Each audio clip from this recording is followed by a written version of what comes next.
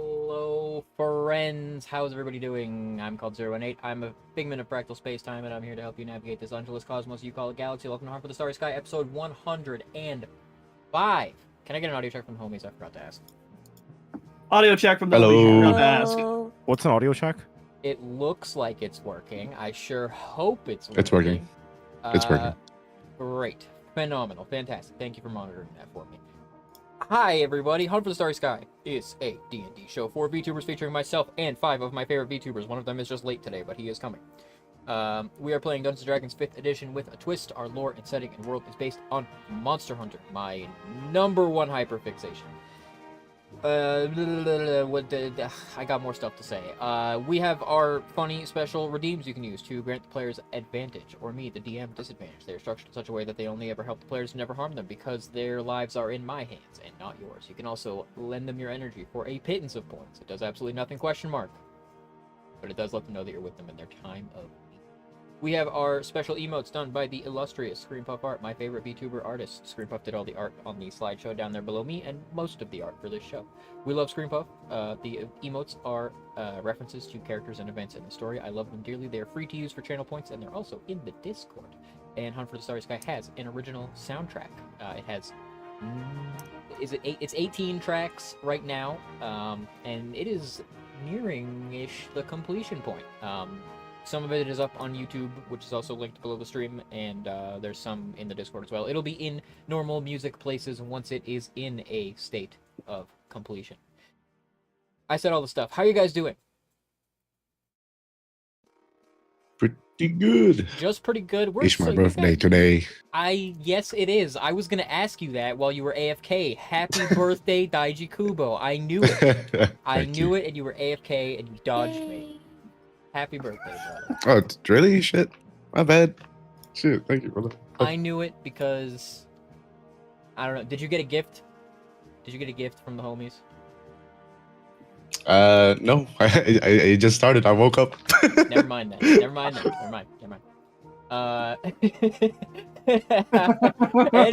Anyway.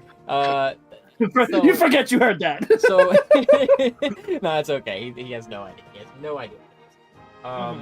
So, the homies are a little low energy, I guess, today. Maybe we're gonna rely on Inferno Chem to come and spice some energy, and I don't know. Oh, hang on, you need some energy? Hang on, you need some energy? Wait, what curse thing are you about to do? Wait a minute. Well, no, I was just about to get, like, really loud and be like, ah! You know, like, and bring some energy in, like, you better if you don't want that. You better if you don't want that. Listen.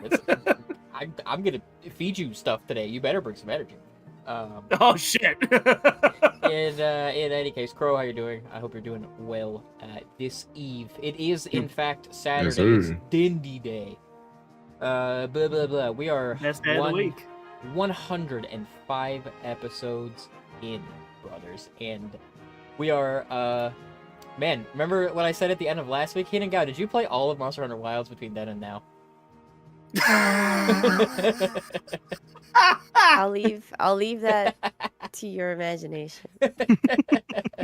Well, I believe I gave you a spoiler warning, my friend. It begins today. Yeah. So, and in any case, so what happened last time on Starry Sky? Last time was the finals of Fodi's Fantastic Fighting Fiasco, in which we had to face off with none other than Didi. However, before we battled Didi, we had a chat with Aodai, who had been doing some independent research on whatever Didi's flavor of undeath was. He determined that we should probably track down the phylactery, or the mystical plushie that is sustaining Didi, because from what we understood, Didi had never lost a fight before, and Aodai assessed that her state of undeath was probably invincible, that she would likely just be undefeatable.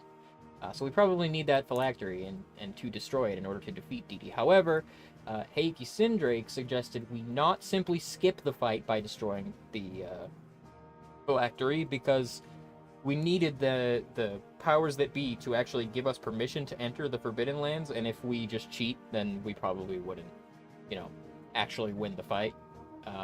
So we decided to keep it in the back pocket. So we went down to Dee Dee's little cave under the city and used a combination of special powers and Fluffles' divine magics to seek and locate the plushie, which we brought with us into combat. Fluffles brought it.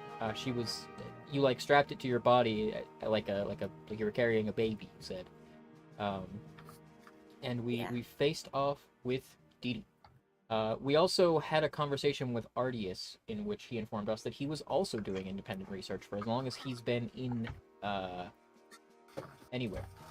What he discovered after we told him about the sick people that we encountered at that one monastery that one time, he discovered that there are actually not just a couple dozen sick people, there were hundreds of them. Many more than we initially thought, and they were kept secret from the general public, or maybe just from us. More on that later. We battled Dee Dee, and it was a fight. Dee Dee shot bullets from her hands at us. It was cool. We fought, and it was a little spicy. A little spicy, I'll say. However, once we tried to do outreach to Dee Dee and speak to Dee Dee, she very quickly lost her freaking mind and went turbo crazy. Nearly killed Claw, nearly killed Genzai, and when the announcer for the fight called it and said, "Hey, stop fighting because someone's going to die if you continue to fight in this manner," Dee Dee shot a bullet through Fodi's box and revealed there is no Fodi. Fodi doesn't exist. And that the implication that I suppose didn't land very well is that Dee Dee tricked us into coming here to fight her because she just really wanted to kill us. Genzai then energy fissioned the doll and killed Dee Dee. However, Dee Dee was seemingly killed by antipathy. She was afflicted by luminostasis, which just sort of robbed the life from her body. At which point, Gozen stepped out and used Dee Dee's affliction to announce to the world that he had sought a cure for this illness by communing with the martyr, the divine martyr Chrysanthemum, who died for all of us to search for a cure for this affliction that is spreading throughout the world and afflicting all of the people of anywhere. And he stated that Chrysanthemum would provide him with the powers that he needed to share her divinity among mortals.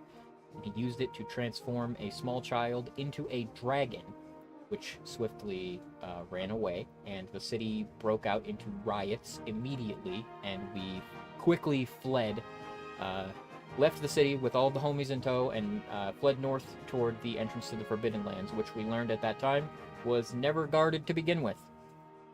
There was a barricade there, and it was just destroyed. Nobody guarding it. We passed on through and traveled north for a bit until we were ambushed by a monster upon entering the Forbidden Lands. This large white creature with long chains fixed to its wings, natural chains, I suppose. And we saw that our ship was there, kind of crashed, just stuck in the sand at the start of this great vast desert at the foot of the Forbidden Lands. And just as we squared up to battle with this new creature, none other than the boy Fef appeared and repelled it. And he had some words for us. And then we decided that we were going to go check out the ship and see what's going on. And that's where we're picking up, where you guys are stepping into the Forbidden Lands. The desert stretches before you. Your ship is kind of lying in the sand. Not too far off, but you are in the sweltering desert that spreads very, very far northward out before you.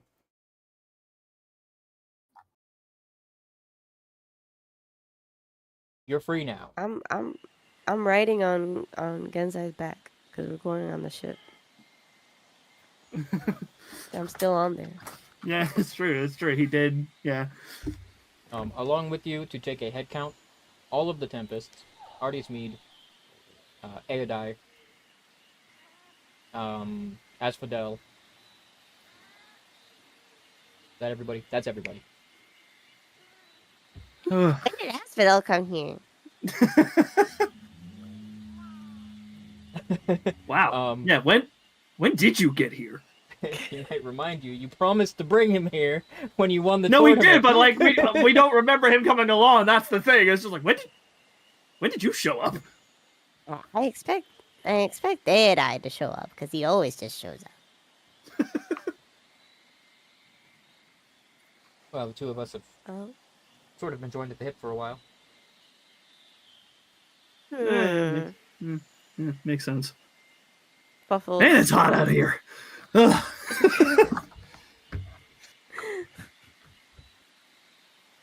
I think I'm still. He's like looking at like his arms where there's like bullet wounds and stuff. Like, yeah, I think I might also like be losing blood. I'm not too sure. Oh my god, I forgot. Yeah, he got turned into Swiss cheese, dude. He was Swiss cheese. Oh my. He's like 1, 2, 3, 4, 5. 6. There's Why- like at least why- 8 of these on me. Ooh, Ow. I don't know if this. I got a spare potion, but I don't know if that's gonna do anything. You know what? I think it'll be fine once we get to the ship and I can like lie down for a little bit. You guys like head over to the ship, and before you get there, like Tori goes running ahead of you and like falls to her knees in front of it. No! What have you done? Is there something wrong with the ship? Is she like, something wrong? Something wrong? Uh-huh. Look at it. It may never move again. What? Isn't it moving right now? It's like kind of like half on its side, like it's so rather than like sunken into the sand in such a way that it sails, it's sitting on top of the sand. Huh. Oh, It's like like Uh. skewed a little bit, like does it's not straight up. I mean, I'm sure if Yeah. Ibiki and Utsuru give it a shove, it'll probably get moving again. yeah. I mean, you can most certainly give it a try. I'm sure it'll be fine. Maybe we could wait and take a minute on the ship before we get moving again first, though. Yeah, that's a good call. Is Flower But I there? could just kind of. That's a good She's question. asking Fifth. Beth is he like already climbed on the ship. He's ignoring Oh, Ugh. Yeah, that's the kid, all right. God's gonna like look. I was like, can anybody throw us down a ladder? Parsley's head pokes up over the edge of the ship and oh, yeah.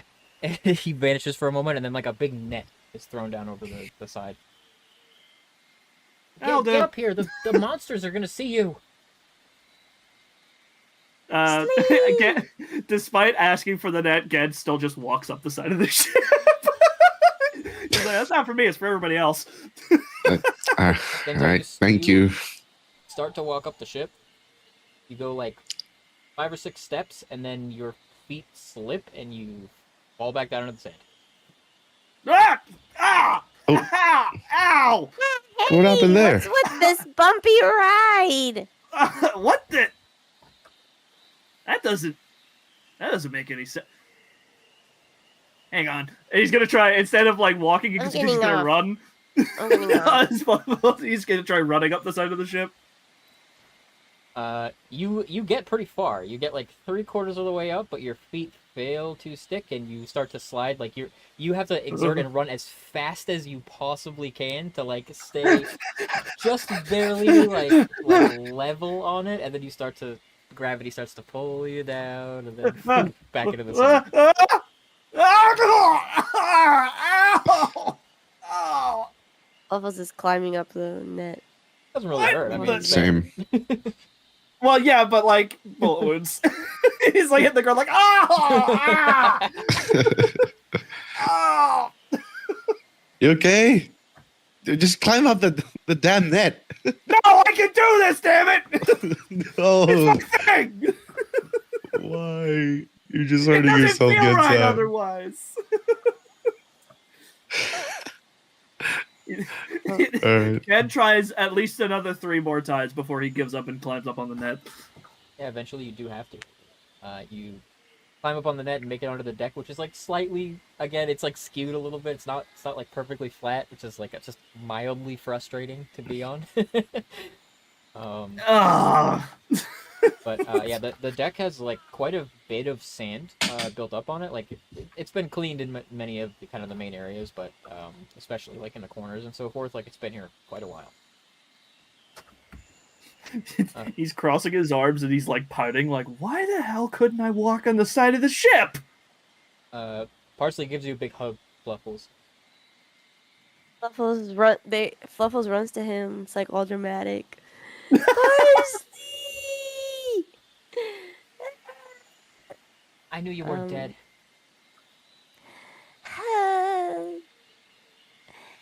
You can't get rid of me that easily.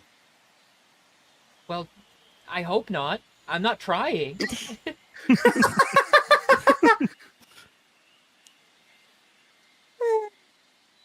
what I love about you, Parsley. You That you're guys not really trying to get did rid of me. Take your time. It That was such a short time for us. That wasn't really our fault. Well, It felt like weeks for us. it did in case. Yeah, kind of closer to months, but I feel a lot safer with you guys around, at least. what, Fef not doing a good enough job keeping you safe? No, he is. But he's busy too.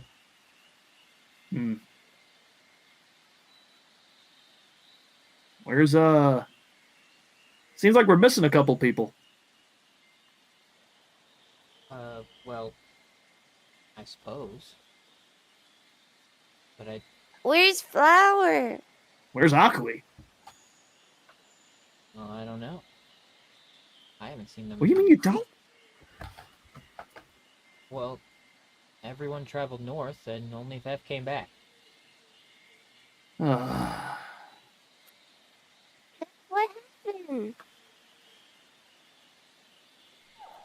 Fef is nowhere to be seen. Where's Fev? Hey, kid!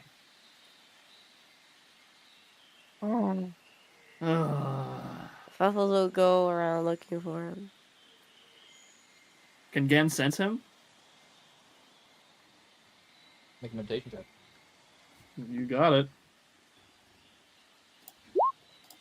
Hang on to 31. You can't sense anything. What?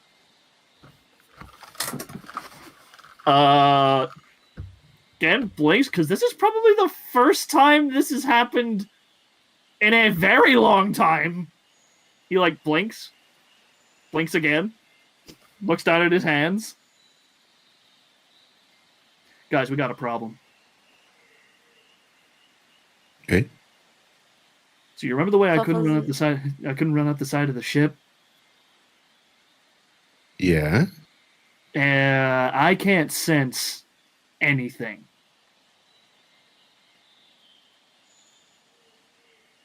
Like, you're saying that this ship has something to do with that?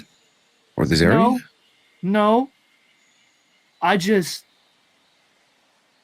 don't feel anything. I don't sense anything. And now me not being able to walk on the side of the ship is starting to put a lot of things into perspective. Oh. Go to therapy for that? He's going to try and ignite his hand into fire. like, like 3 feet behind you, Fluffles. Luna goes, "I got it, Fluffles." Yeah, he breezes past that. He's not focused on what Fluffles said. Does igniting your hand? It doesn't work. You know, because it doesn't work. Okay. He's going to try and step of the wind. It doesn't work. Uh-oh. How about, and Hibiki's gonna try to like place his hand on the shoulder and try to get a sense for Genzai's energy. EPK make a insight check. Oh, insight. Damn. Ooh. Genzai's muscles are looking pretty nice today, but they're kind of bloody and covered in holes. Well, in somewhat good condition, but I'm sorry, Genzai, I can't really tell what's going on with you. Hey, Claw, can you look at me with your eyes real quick?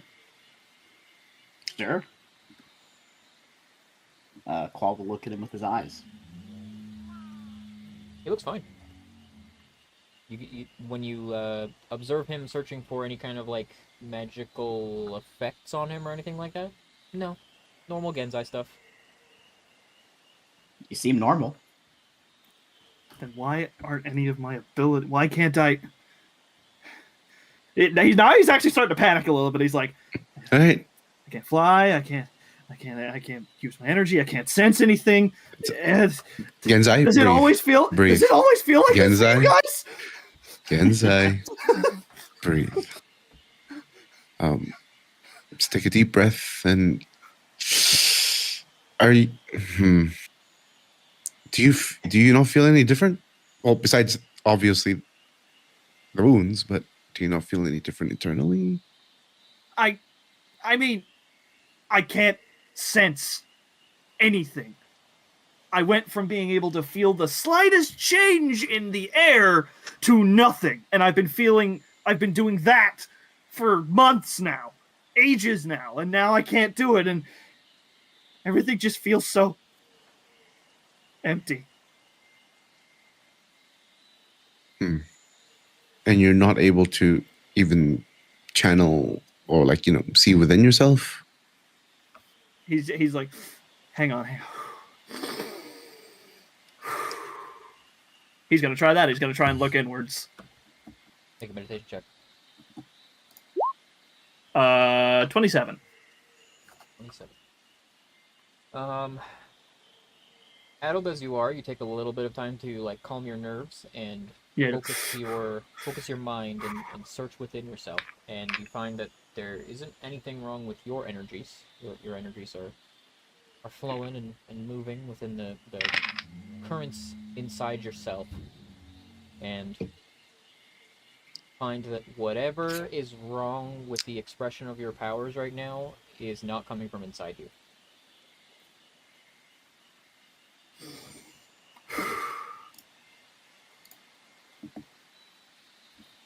Can I try to see if I can detect any magical affliction affecting him? How so?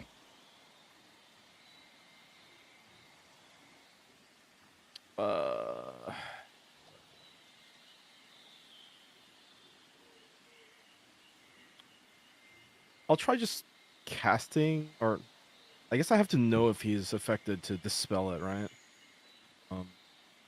Not necessarily. I mean, you can just cast dispel magic and like go blind, I guess. Oh, I can just, yeah. I'll try casting dispel magic at level 3.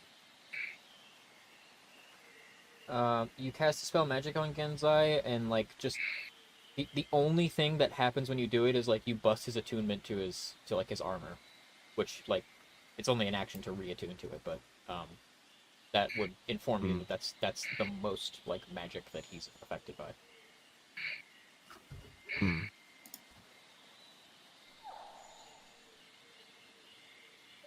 When he opens his eyes again, he like kind of like opens and closes his hand. Just, it's not me. I'm fine. So could just be this locale.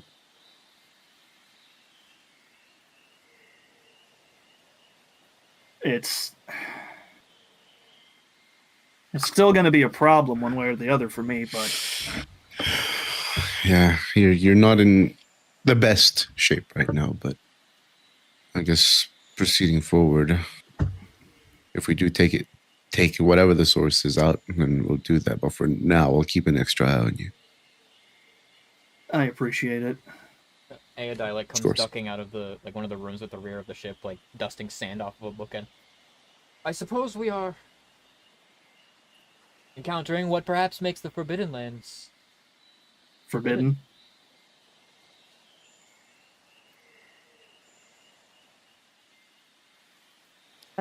During this time, Fluffles left to go find Fef.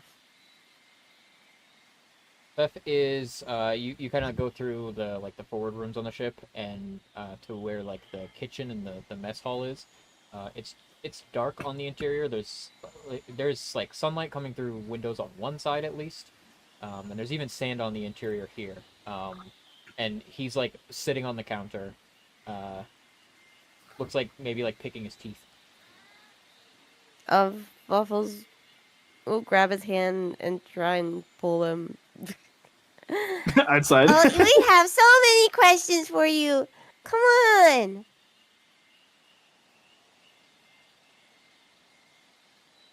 He reluctantly slides down off of the counter and lets you drag him out of the room. Oh boy, moody teenager. No, autistic adult. He's used to. He's. I almost spat my drink out. He's used to Flower doing the same thing at this point. Buffles will bring him over to the group. And like, okay, do you know first of all what happened to Flower? And second of all, why can't Genzai use his powers? I don't know. And third of all, why are you so big? I don't know. Is that your answer to all of them? Yes. Why don't you know what happened to Flower? Weren't you with her? I was. I came back. No. Then why don't you know what happened? He like seats himself like on a barrel, like near like the edge of the guardrail of the ship, and does not regard you. Looks away from you.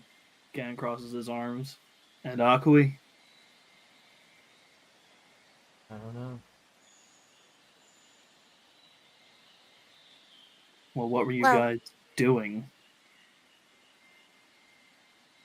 Came here looking for you. Where did you last see the other two?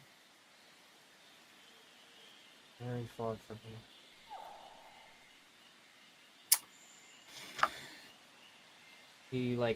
He points out across the desert.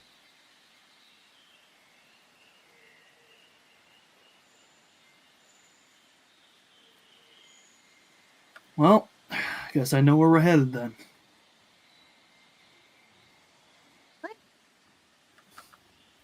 What was the last thing you saw of Flower and Akui? You're asking questions you don't want to know the answer to.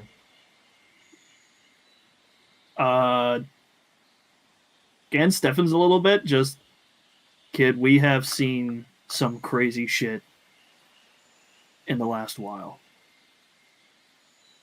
You're better just telling us now.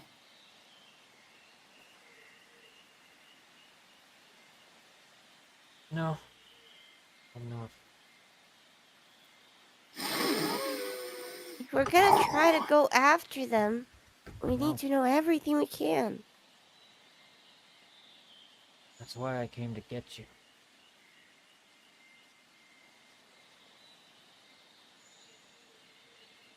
What do you mean? I knew you'd show up here. Eventually.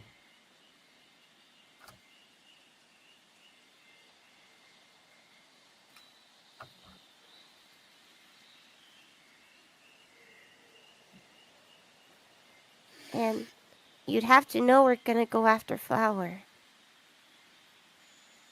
And Akui.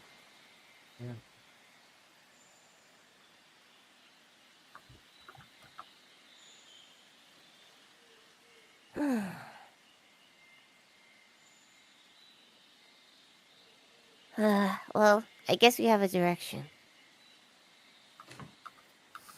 Which means we got to get this ship moving. Yeah. Not gonna happen. I guess Tori will get on that. Not gonna happen. Tori like comes up from below deck and, yeah, not gonna happen.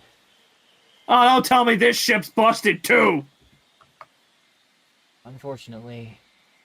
Well, maybe not forever, but I don't think I have the tools I need. What's wrong with it? Not really sure. Is it the same reason Gensai can't use his powers? Since I can't use his powers. Not at the moment, no. Nothing will power on. It's like everything was shorted.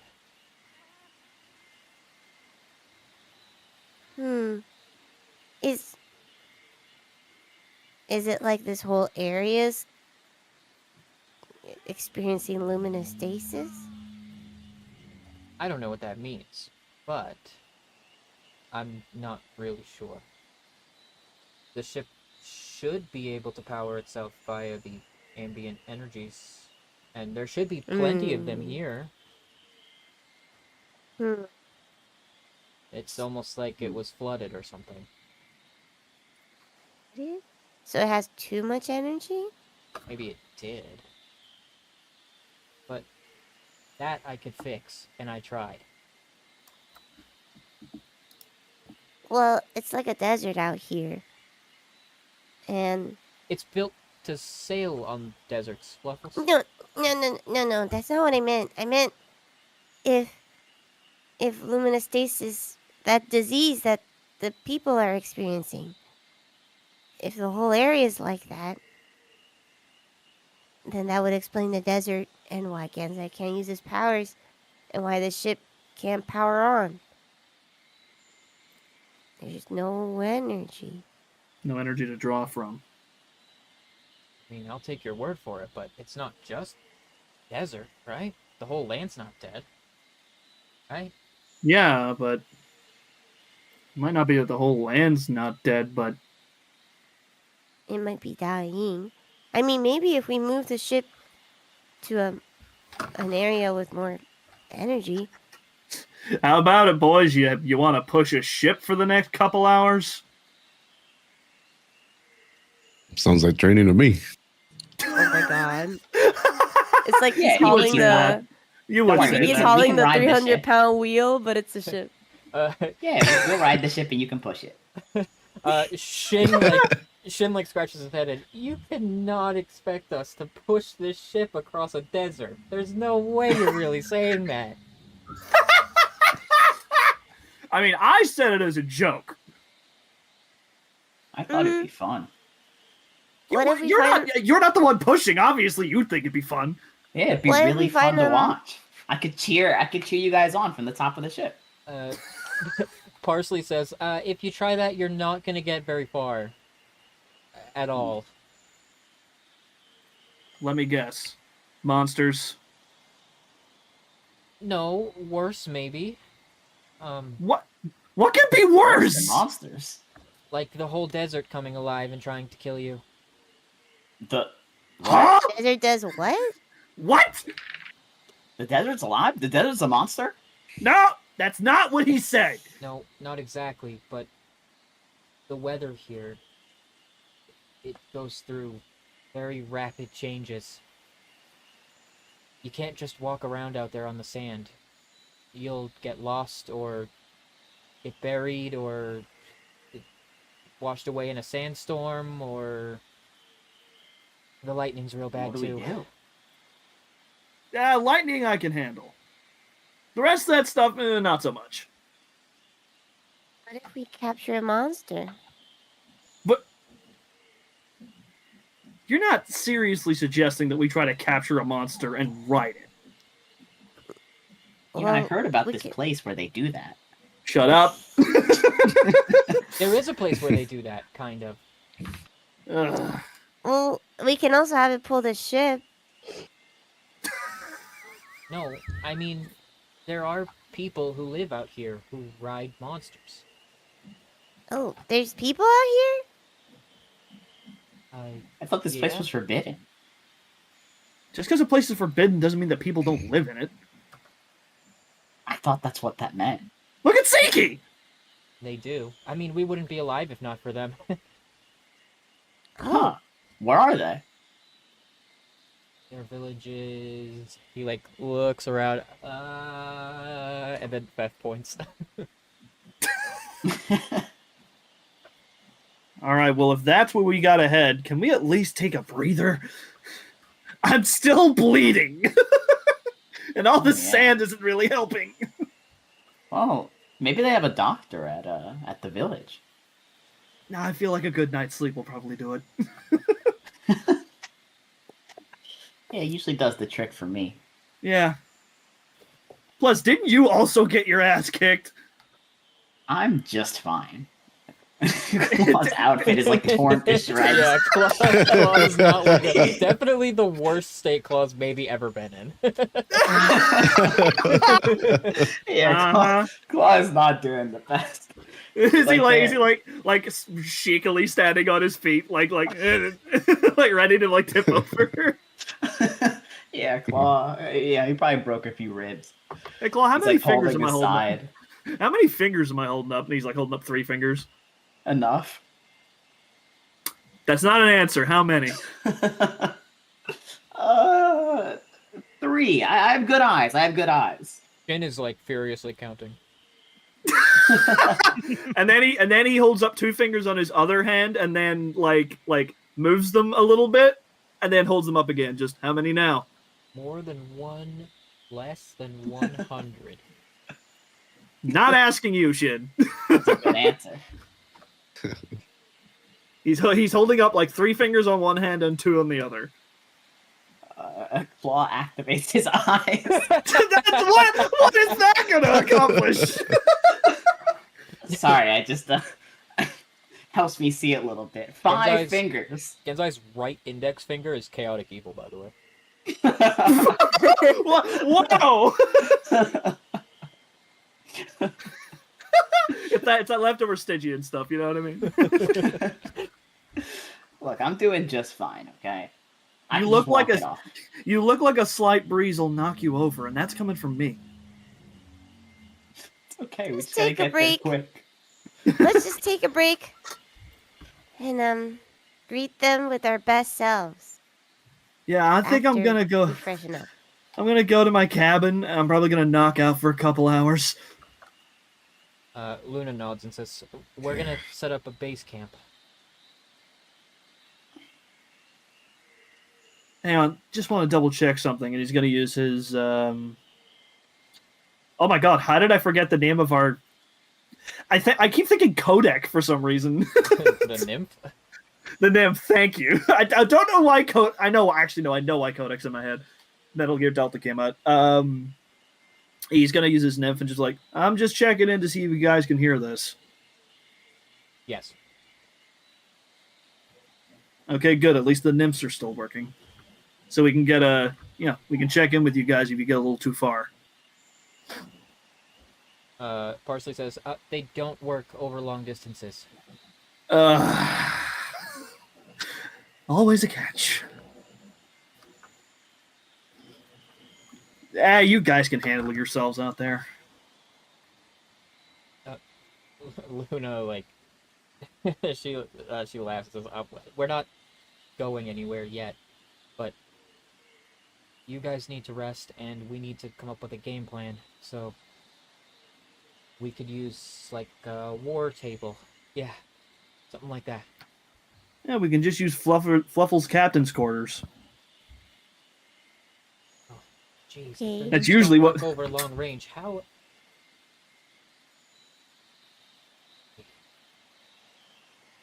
Well, the queen's gone missing, and who knows when she'll return. I'll try not to think Oh about my it. god, that's right! Wait a minute! I will Wait a try minute. not to think about it. Shouldn't you, like, go home? No. No, I belong here. None of us are gonna say no to you anyway. Especially not Fluffles. What's that supposed to mean? I can say no. To Luna? No. That's what I thought. Arceus, like, waves his wrist and kind of like a card trick, he produces, like, a sealed envelope between his fingers. And I'll find a way to keep us in contact with the mainland. How did you do that? Don't Finger guns at you. comment on it, or his ego will grow. Oh, you got a little sense of humor. Okay, Arceus, I see it.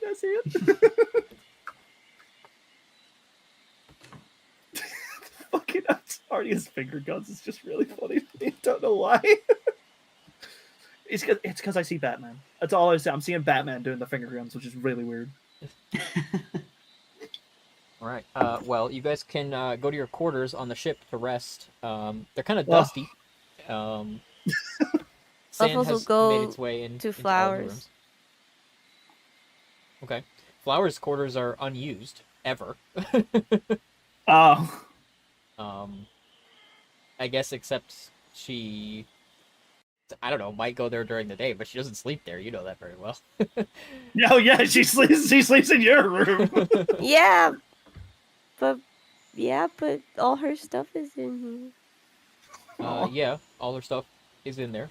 Except for the stuff that she might take with her to venture out somewhere. You take some time and get some rest. And some hours pass. When you Fluffles will sleep with the plushie. I don't know if that changes anything. Okay. I don't know if that unlocks a secret event. No. Nope, not this time. Not this time. What did you do with Dee Dee's body, by the way? Probably you It's got on it the stored on the ship. We just tossed it on the deck.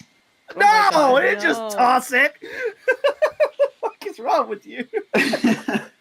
Okay, but what are we doing with it? I don't think there's an ethical answer to that question. We're putting it in careful storage until we figure out what to do with In it. a barrel. In a barrel. Respectful. No. Respectful. God. How about in the We can unused put her. bed in She's in Flower's a guest. room? There she's in you a guest go. bedroom. What if we stored it in the Pokeball? Oh my God, no, no. I don't even want to. Jesus. What if she revives? When you emerge, I would say like in the late evening. It's dark out.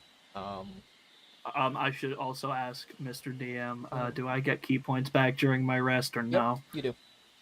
Oh, thank God. Whew. Well, do they work? Well, nah, listen, getting them back, that's cool. Working? Yeah. Maybe the more important question. You can hear that the wind is pretty strong when you wake. And it is quite dark, and there are like heavy storm clouds by night over the desert. And you can literally hear distant lightning strikes, these thunderous booms that hit the land. Pretty far from your present location, but once in a while it gets rather close. The Tempests, in the meantime, have built a base camp kind of around the ship. Tori had the materials necessary to put up some tents. Even got your forge working. Looks like pretty serviceable. And they did put together kind of a war table out there, like inside one of the tents rather than on the ship, because everything is all skewed on the ship and not easy to stand around a table. I guess this is what Parsley meant about the weather. It's like Yeah, it's pretty pretty tough to stormy. see when you look out over the sand. It becomes like very low visibility, difficult to see like sandstorm conditions. Yeesh.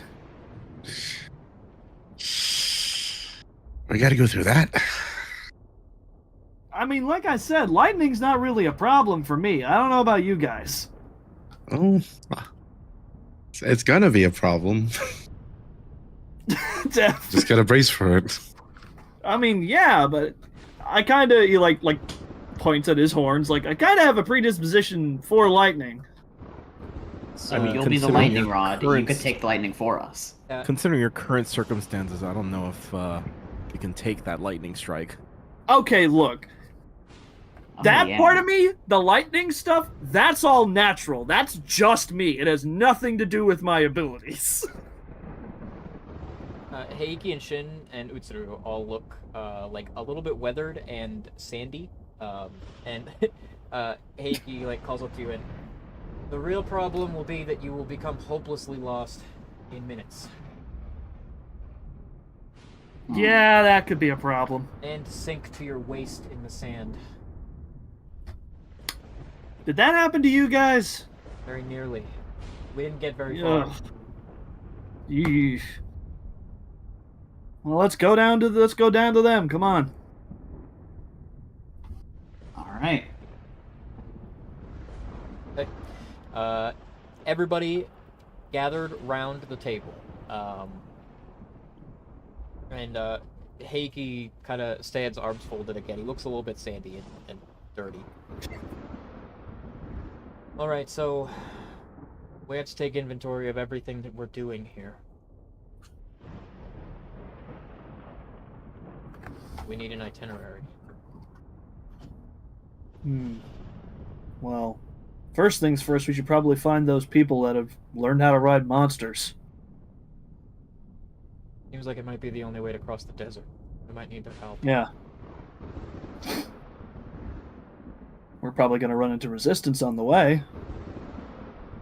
Seems likely. But also, how likely is it that they'll just give us their monsters? Well, the captain could be pretty persuasive. Yeah, I think if we ask nicely.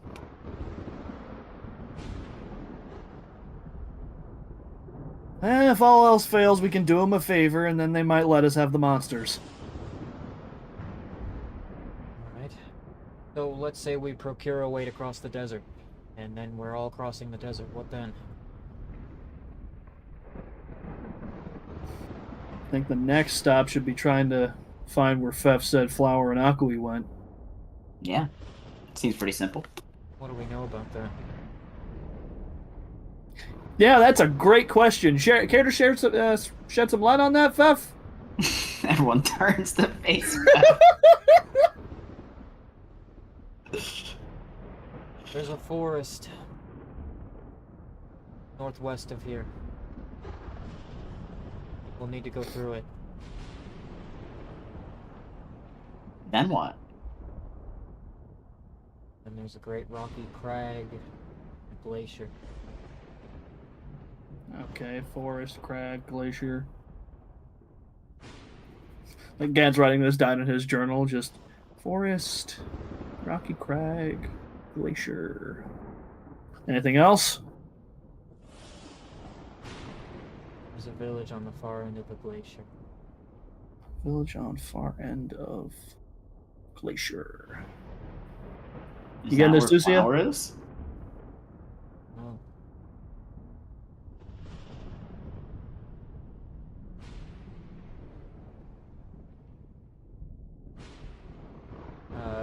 Luna says, if there's a forest and a rocky crag and a glacier, then the land isn't dead.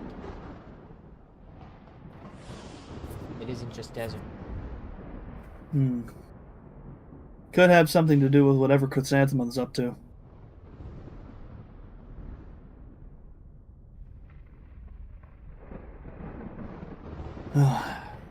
I was close. I almost figured out where everything was going, but then I lost the trail, and I definitely can't find the trail here. I can't even sense 2 feet in front of my nose. Hold the more reason not to just go wandering out into the desert.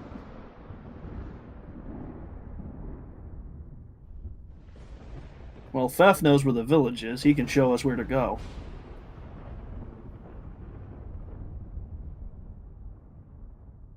People there Then I'm aren't just assuming. gonna give you mounts. Well, if we offer to help them with something, maybe we can trade services for goods. Maybe if you want to slay the White Wraith. The what? That thing that attacked us? Yeah. Gan is just like glancing over to Claw, like he's not fully looking at him. What is Claw's reaction to this possible hunt? Claw's rubbing his hands together. Yeah, you said the magic words. Well, I guess we can try doing that. But how are we gonna can find talk that to them. thing? They must have some way of keeping track of where it is. They live here. It makes itself known.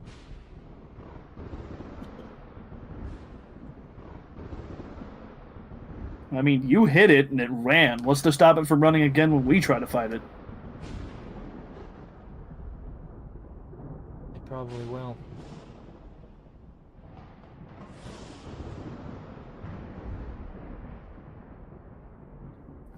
Hmm.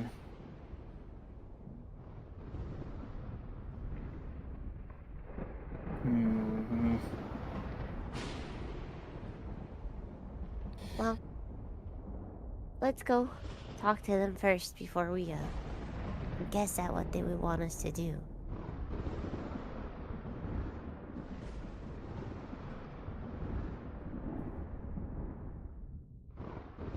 Probably gonna have to wait for this storm to die down first. Yeah.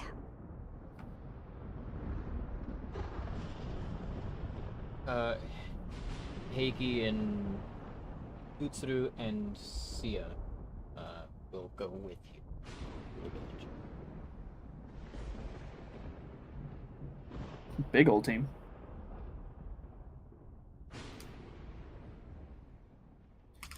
Hmm.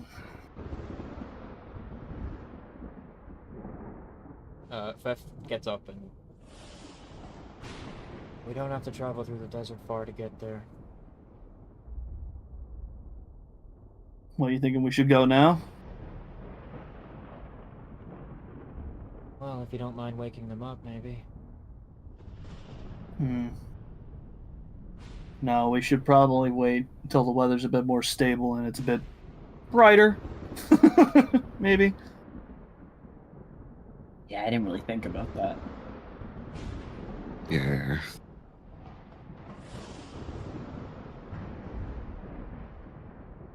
Well, alright. You want to wait. Waiting will be probably the whole night. It's not until sunrise, till daybreak, when the thunderclouds begin to yield and light is cast out across the desert once more. And you have desert again. Sorry, during the night, Fuffles will ask Tori to take a look at Dee. Tori takes a look at Dee Dee. And then at you. Is really a Dee Dee's doctor. body...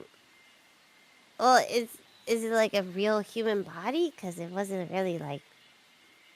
When we fought it and I knocked its helmet off, it just... There's still a helmet there. Sure looks like a human body to me. I don't really want to cut into a person to find out. No. I think I can say that it is a real human body. It came up as dead in my eyes. What's up with the head? Claw shrugs. Oh my god. Dr. Okay, Claw, maybe I should MD. have asked for Luna.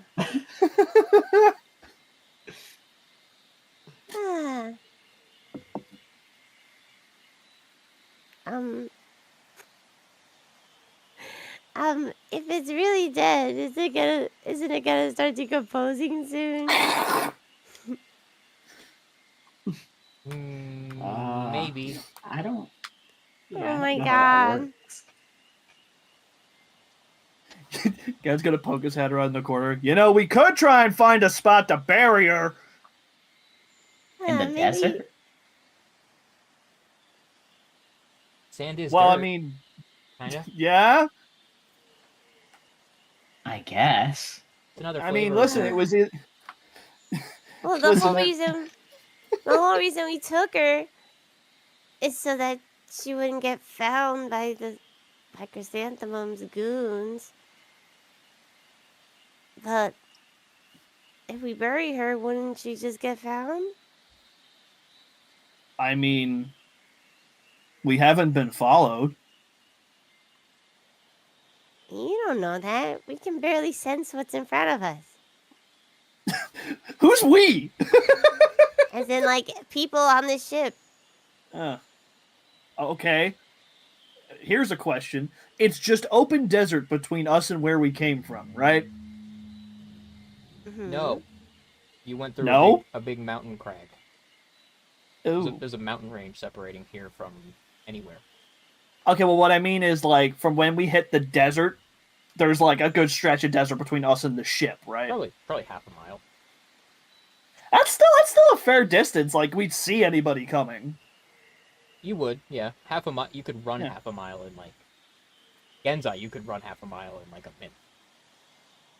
Yeah, and that's like, is that like his usual running pace or at his actual bolting pace? I'm pretty sure. Listen, I don't want to do math, but I'm pretty sure at your maximum speed, you chew half a mile for breakfast. Like, got it. I mean, yeah, his max speed. not very Well, his normal speed is 32 mile per hour. His actual dashing speed is like, sorry, I think it's 31 and it's 62 for his full tilt. All that to say, you are not very far into the desert. But if you're talking about, do you have visibility on anybody following you? I suppose you would if you were paying attention.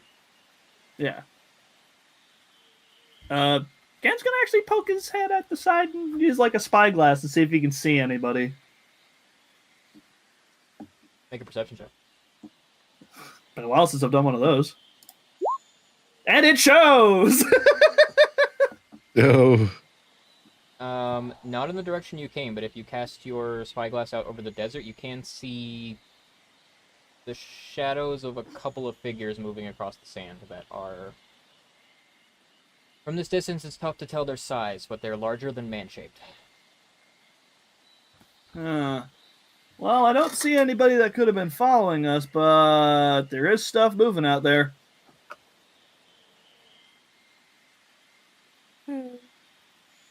What stuff? I mean, it doesn't look like people.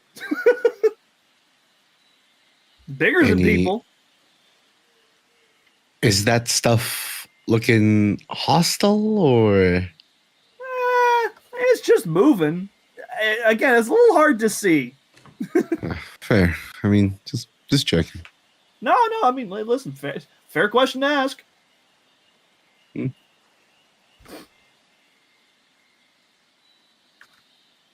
Anything else? He like kind of like moves around with the spyglass. Is there like anything else, like points of interest? Well, there is wildlife. These very, very large armadillo, like pangolin-looking creatures with giant spikes on their backs. Some other like dinosaurs. I will say you see quite a bit of wildlife, like probably between like 20 and 30 animals. You have never seen these animals before. None of them. Like Gen has like a bit of a smile on his face as he's looking around, just like, I have no idea what any of these things are. Sia's like chewing on like bread while she has her journal in her hand. But they're It's awesome. super interesting. Yeah, I know. It's like this is this is great. Hey, you see the ones that have like the giant kind of like spines on their back? You should have seen them during the lightning storm. Huh? What did they do during the lightning storm? Use your imagination. Oh Are they lightning rods? Yeah. Oh, that's awesome! I don't really know what the Wait, what? biological function of that is. Okay, But it's cool. I mean- wait, guys. Huh? We, going back to the original point, what are we gonna do about Dee Dee? Hmm. I Again, guess we pick- can just we can- bury her. Pick a spot and bury her, I guess. Okay. Gan turns back to Sia.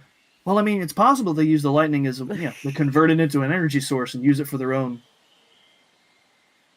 needs. I think they're prey animals, so I don't think that they use it for violence. No, it's probably could be part of their diet. That is That or it's a crazy. that or it's a natural defense mechanism because of the harsh environment. She's listening to you, and then her head like slowly cranes over toward where Luna and Heike are, and Heike shakes his head. No, we do not have time.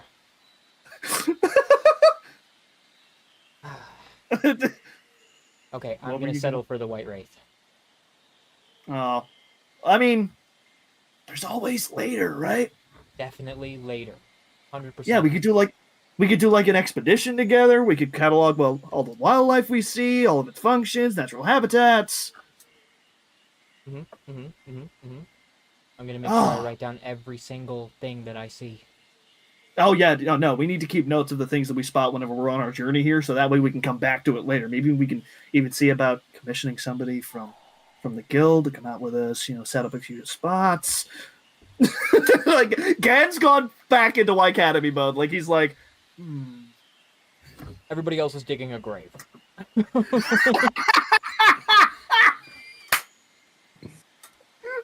Yeah. Puffles is like directing people. You don't actually have to dig. Luna can use Move Earth and create a grave in 1 second. Okay, let's do it a little bit away from the ship. Let's try to find a nice spot, I guess. You can find like an oasis, sort of where like some greenery grows out from the base of some rocks, or where there's some shade. And Luna can use her spell to just punch out a grave in the sand, and then quickly fill it back in after you place Dee Dee's body in there. And Fuffles will put the plush with Dee Dee. Okay. Sure. And she'll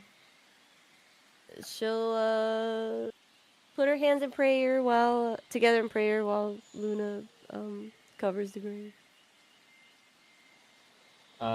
She'll give you a pat on the head, and then she'll also use like plant growth to make the grass grow over it. Maybe even a little more grass than everywhere else, and uses her powers to add some life to the greenery here. But after she does, she kind of looks at her hands, and that felt really strange. It felt strange. The energy here is really different. What do you mean by different? It's hard to say because I've never experienced it before. It's just Does it different. feel stagnant? No. I'm not sure I would really know exactly what that felt like, but it's almost like it's just colored differently.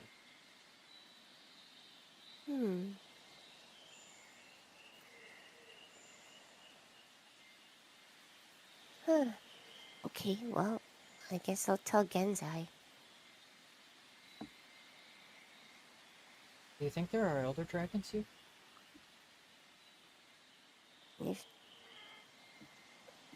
I guess we'll find out when we go to the village, but I wouldn't see why not. What about that white wraith? Is that an elder dragon? Oh, that's a good question. I don't know.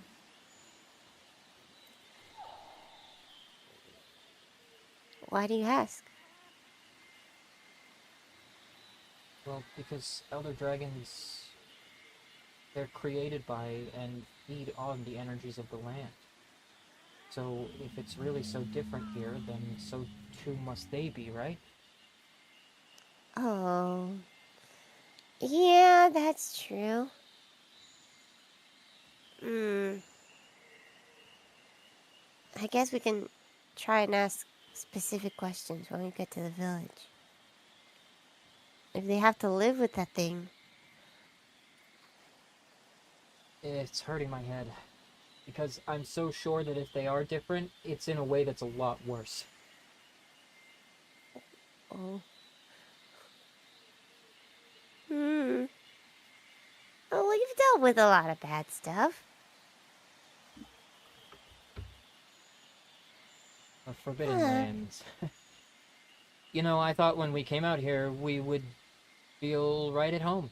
We're pretty used to walking into danger and exploring things that are not yet explored. But now that we're here, I really do feel like we're not supposed to be. Hmm.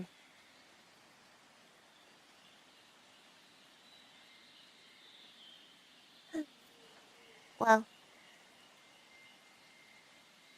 if there's people living here, then it can't be all that, forbidden, I guess. Someone thinks of this place as home.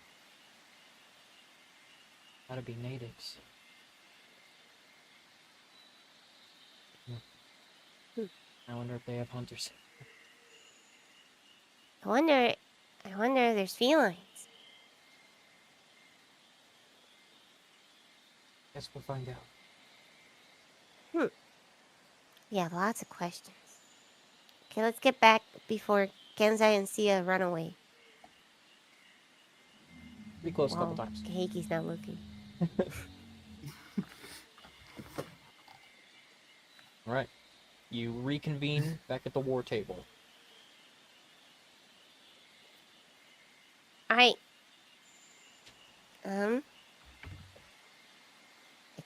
I guess we're going to the village, guys. Wherever the settlement is. Yeah, I think I'm good and rested.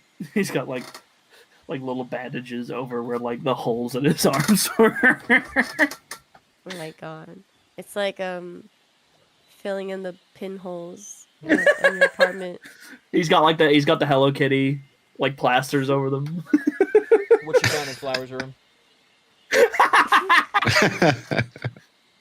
She had these the whole time? This would have come in handy so much earlier. Just actual Hello Kitty, like, Sanrio branded band-aids.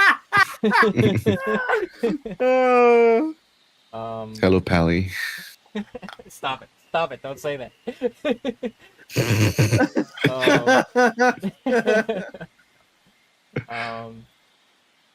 All right. So, Beth will lead the way.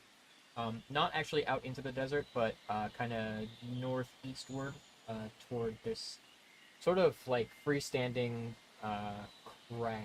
And you can see that there's these like hanging ornaments that make up what definitely looks like the sort of entrance to a village with kind of like a makeshift like wooden gate, sorta. When you guys reach it, Fef just pushes it open and walks in.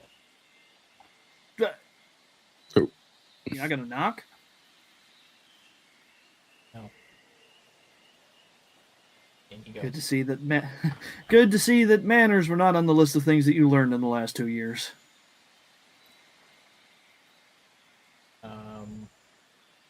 Proceeding inside. The village is made up of stone huts that are all built within this rocky crag. It is pretty well put together. It looks like it's been here quite a long time. And there's those sort of ornaments and decorations hung up all over. And there are probably north of 20 people here moving about. They are human, and they're all wearing like a kind of sort of tribal-ish garb. It's well put together, but they wear like feathered headbands and so forth. And they have penned up monsters, in fact. They are dinosaurs. They're feathered dromaeosaurid dinosaurs. You know them. They got sacrets here. Hell yeah. And they got lots of little baby sacrets too, little chicken-looking dudes, all running around. And there are people of kind of all ages here, adults, children, even older folk. And when you proceed inside, there's one of them who's like leaned up against a building, and he like perks up when he sees Fef and then all of you. And you found your friends. Wow. There are a lot of you. Welcome. This is Kanafa. You come from far away. Hunters, right? Yeah. Mm-hmm. Yep. Heard so much about you. You're heroes when you come. Did Fev tell you all that? He did. He's looking up at him like. He's kept walking. He's gone into like the middle of the village. Was it a very long conversation? Well, occasionally. I heard that you defeated a dragon at a great castle. I've never actually seen He a did do castle that. before. Another on an island, and also Mm-hmm. one very high up in the air. It's all very impressive stories like great heroes of old. Sorry, my name is Tsumai. Nice to meet you. Well, nice to meet you. We're the Starry Seven. I'm Fluffles, and that's Genzai, and Hibiki, and Claw, and Phrixus, and Soap. Well, our hospitality is free for you. Although I'm not sure how much we have to offer. Well, actually, we're trying to get a move on as soon as possible, but we wanted to ask if there's any way for us to get our hands on those, like, big birds.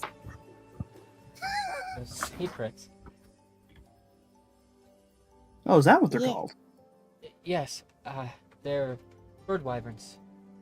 Domesticated by people here. Bird wyverns. I was They're quite beautiful surprised creatures. to hear that you don't have them where you come from. Yeah, we've No. never seen them before. No. They are I friendly. think one time we saw like a really yellow one that's kind of like fat, and it goes like "Quay." Huh? Where did you see that? Hang on, you saw something and you didn't tell me about it? Maybe it was before we met you. What? More things you haven't told me? You don't have to know everything. I'm part of this team. I'd like to know. It's Yeah, but part you of the weren't part of wonder the of team at that point. friendship. It's like it's the wonder of friendship when you know each other for 10 years and then you find out their job.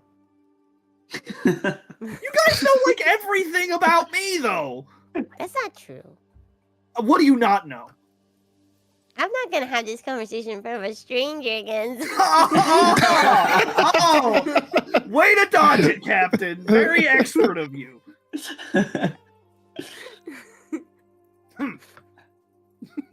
Well, if you do plan to cross the desert, you might need a sacred. But they aren't exactly a commodity that I can just give you. We thought so. Well, we're hunters, so if you need anything hunted or if there's anything we can do to trade for them, we'd be happy to try and work something out. Well, you see, the problem is we've lost a great many of them. Oh? Oh. People, too. But what? A couple of things. Are they still out there? Oh, surely they are.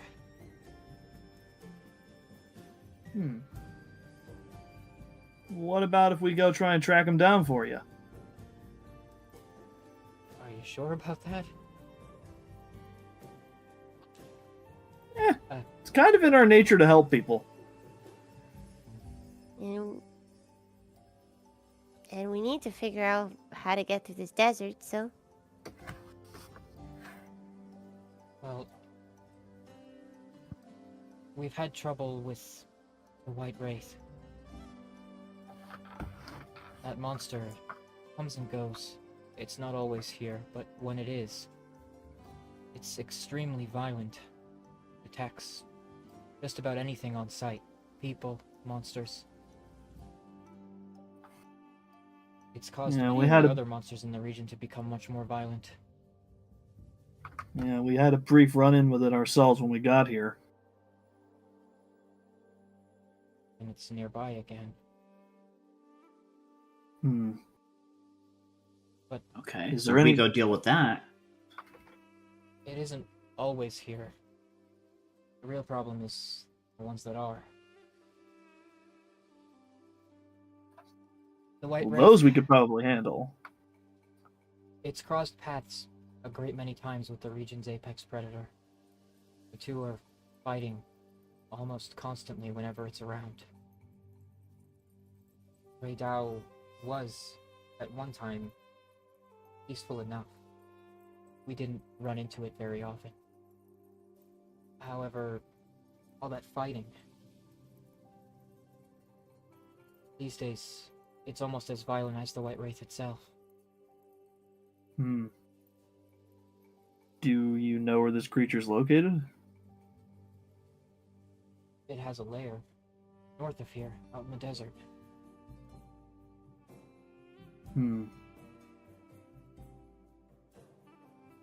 likely- Gan's gonna... Oh. Go ahead. It probably won't appear except when the region's inclemency is active. Inclemency? The storms.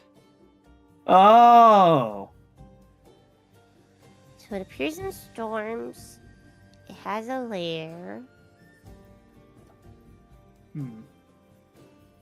Well, Um, what if we go to the lair and set up shop nearby, wait for the storms to hit, and then see if it shows up? We could probably try and take it out then. We could try that. And do you guys is it an elder dragon? What? you- Maybe you have a different name for it here. I What would you know call a tremendously powerful beast in your area? a monster? Okay, imagine like the big boss of monsters that every single other monster is like, oh, we don't want to deal with that. And then they also maybe can impact the environment. That would be Rei Dao, the apex predator. Apex predator. So the White Wraith isn't comparable to that? I've seen Rei Dao and the White Wraith do battle. They're evenly matched. Oh. I feel like the more that we hear about this thing, the more excited Claw gets. Yeah. Claw is It's still like- rubbing his hands together. It's like vibrating over there. Yeah. I think the sand's turning to glass under his feet.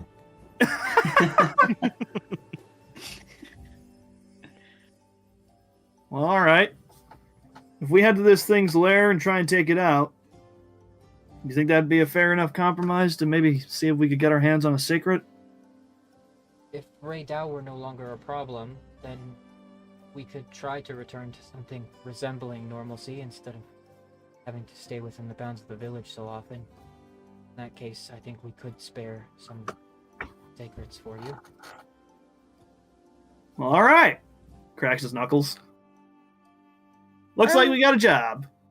Yeah. Who's the Nice. person that like writes all that? Who's the person who's a nerd about the White Wraith and Raydal? Nerd? Spreading the word nerd all over. Do you have a cartographer or someone that keeps journals?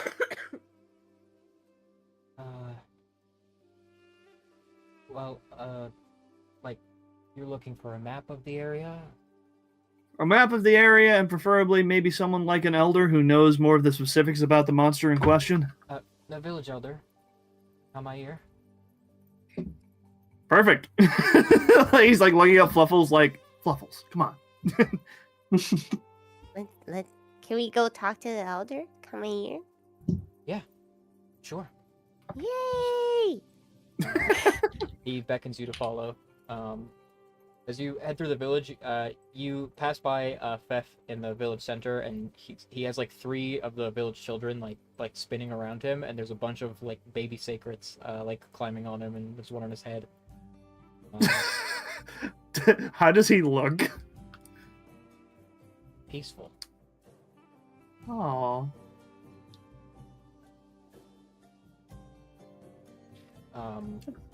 That warms my Sumai heart. leads you to the far end of the village, where there's a larger hut than the others.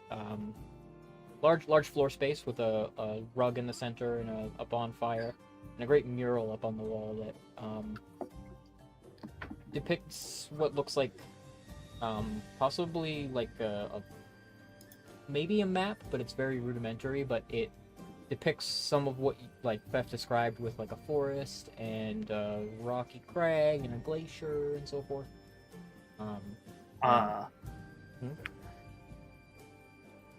Gen's gonna maybe make a sketch of that over 2 pages in his journal. Okay. Within is a village elder, a woman, who looks quite old and wrinkled and sun-dappled. And she has this like these 2 long braids that kind of fall from like over her shoulders and down her chest. She's seated before the bonfire, and Sumai says, Chiefess, these are hunters from south and west. They're friends of Fef's, and they say that they can deal with Raydal. Welcome. It's great to meet all of you. We don't have outsiders here, ever. Thank you for letting us come into your village. Yeah. And thank you for taking care of Fef. That's like the happiest I've ever seen him. He's a good lad, and he takes care of us more than we him. He's a good kid. A little bit moody at times, but that's part of his charm. When you first met him, were there 2 girls with him? I think so. Yes, but I've not seen them in What- some time. What was one of them always scowling and the other one of a sunny disposition? Perhaps. Did one of them have? No, they both have horns. It was. I don't think Fef would hang out with two other girls that we don't know, Genzai. Well, you gotta make sure. Hey, a lot can change in 2 years. Exactly. Well, we know Flower passed through here. Well, anyway, we'll talk about that later. But is there anything you can tell us about the monsters out there, like the White Wraith and Raydal? Like their weaknesses, how to defeat them? Well, my ancestors would say that Raydal cannot be defeated. Although, I'm not so naive. It is but a mortal creature. I can't say I know very much about doing battle with it, though.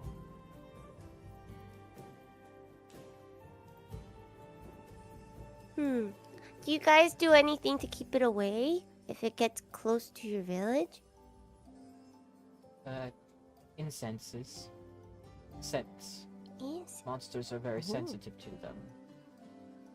They are normally repelled, however, in recent times, Rei Dao has been a bit more aggressive. Smells.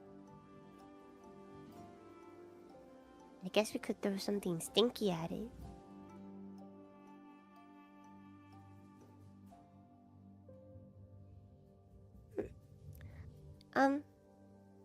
Well, this guy's the nerd, so he Ja- probably wants to talk to you the most.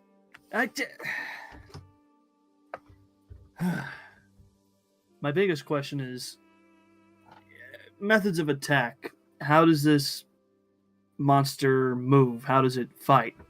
If you could tell. Rei Dao is a flying creature, and lightning. Mm-hmm. Okay. We'll probably explain the weather phenomenon. Rei Dao does not Hmm. control the weather. It's simply adapted to it.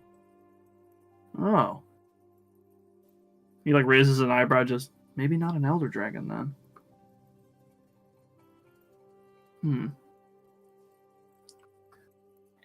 You said it, well, we were told it became violent as of late. Normally it was rather peaceful until the white race showed up. Does it typically... Are there any other creatures that are known to maybe get into some kind of turf dispute with it? Any other creatures we should watch out for in the meantime? There are other monsters in the plains, but none which would challenge Rei Dao, not short of the white race. Okay. I guess we don't need to worry about anything else kind of cropping up if we're trying to fight this thing. Aside from the White Wraith, of course. And forgive me for having so many questions, but the White Wraith, how long has it been around? The people of Suja say they first sighted it around 2 years ago. 2 years ago? It's made numerous visits to the Windward Plains.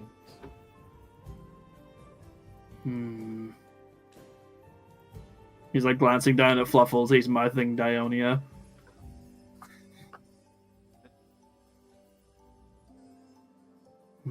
Okay. Alright. I think we got everything we need. We know how it fights. We know where it makes its nest. And we know when it'll show up. Sia says, a monster that's only been around for 2 years. And it's attacking the apex predator of the region? Reminding you of Astera? Maybe. Why would something so powerful simply appear out of nowhere and so violently destabilize the ecosystem? I've got a hunch that our old buddy had a hand in this. Yeah, if it's only 2 years, it's right around when we disappeared.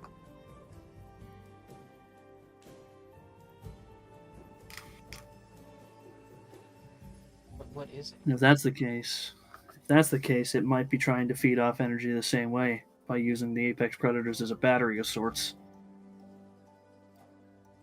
That would make it an elder dragon, wouldn't it?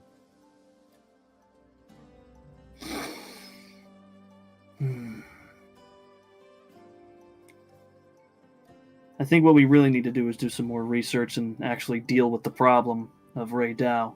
We might be able to get a bit more information from actually fighting it and learning more about it that way. Yeah. I'm really worried about the White Wraith. If it travels all over the Forbidden Lands, then it could be destabilizing the entire region. One way or another, we're gonna have to put that thing down at some point too. I wonder. We can add it to the list. I wonder if wouldn't it be better to get rid of the White Wraith first? Well, considering Fef hit it one time and it ran, I doubt it's gonna stick around if we try to fight it. But if we get rid of Rado, it seems like Rado is the only thing keeping it from further destabilizing this place. That or removing Raydao removes another source of energy. Without that energy, it'll move on. Sumai speaks up and says, Fef has a unique ability to make the White Wraith run. It fears him.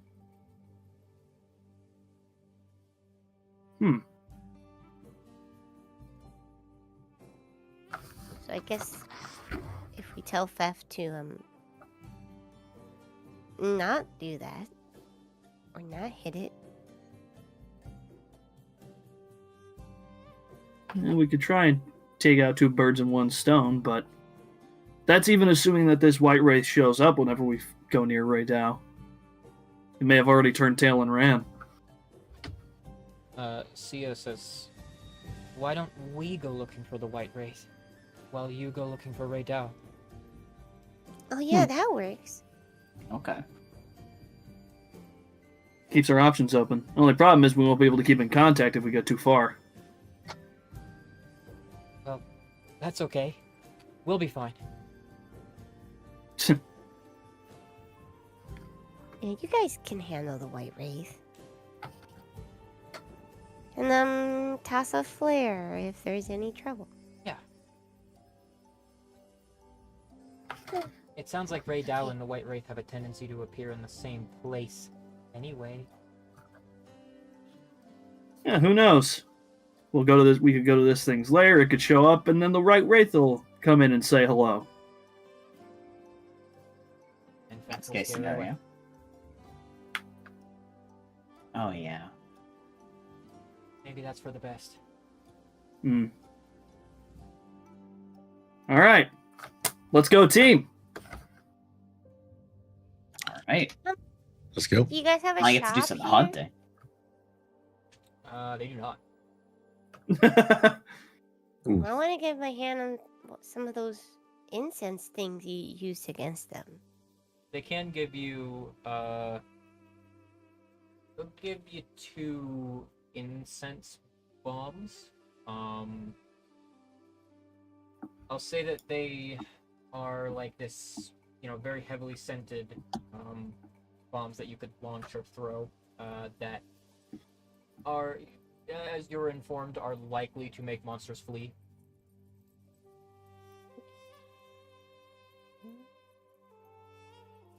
But the scouts here use them to stay safe. They do not have hunters here. They only have scouts and like gatherers.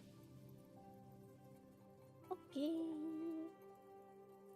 With a plan partially established, we're gonna take our 5-minute break. Woo! We will be back Alright. momentarily, Ooh. folks. Gonna go stretch my legs.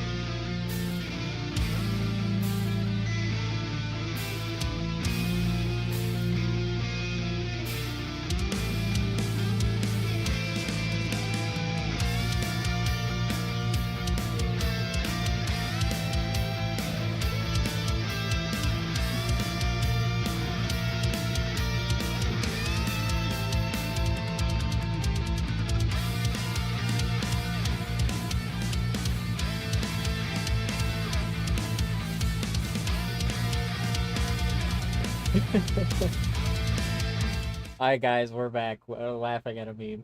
Hi everybody. So, before you prepare to leave Kanafa, Sumai leads you over to where the secrets are in their little pen. And he kind of gestures, and you're gonna need them at least to find Raydal. Oh. Are you sure? I thought you guys needed these guys. Well, yeah, but if you're going to deal with Raydal, then our needs are met, right? I suppose. Makes sense to me. Gen's gonna walk over to one of the secrets. You gotta just hold out a hand. It like regards you, and then like head tilts at you pretty quickly, like bird-like, like one then another, and then the head moves forward, and it's got a beak. He sniffs your hand, and then like stops close to your hand, and moves up and lets you touch. That biggest grin possible on Genzai's face right now is like, hey there. Pat, pat, pat. They are friendly. They are friendly boys. I have a stat block for you. Aha! Oh, wow. Wait, did the stat block not show? No. Does it have the Just a picture. Image? What? Picture. Cool picture. Let me. Welcome to Bird Up. How about this? Bird up. Did that work? Da-da-da. That's a blank screen. It's loading, but it'll maybe work once it loads. I'm gonna try click. I just see it. Yeah, looks you gotta, loading, yeah. I think you gotta close out of it and go back into it. I see. I was about to say it's taking a while to load. Ooh. Oh, there it is. Yep. I guess so. You don't technically need 5 of them, one for each of you, because you're not all big enough really to ride one. You can, I suppose they'll offer you 5 if you want 5, but you don't. You know, you can choose what you want to do. Waffles will ride with Genza. I think Claw wants his own. Yeah, Claw wants his own. Of course he does. Yeah, I'll grab one on my own. Oh, yeah. So they got It's a got shit- stat blocks. They got a couple of abilities. It's a shame that, like, that Phyrexius can't substitute soap for a sacred. Actually, wait. Okay, Claw's gonna stand on his sacred. That's what he's gonna do. Like, what's the guy from Sengoku Basara? Shingen. He stands on 2 horses, one for each foot. That would be really fire. I was thinking this. My goat killer stands on the back of a horse.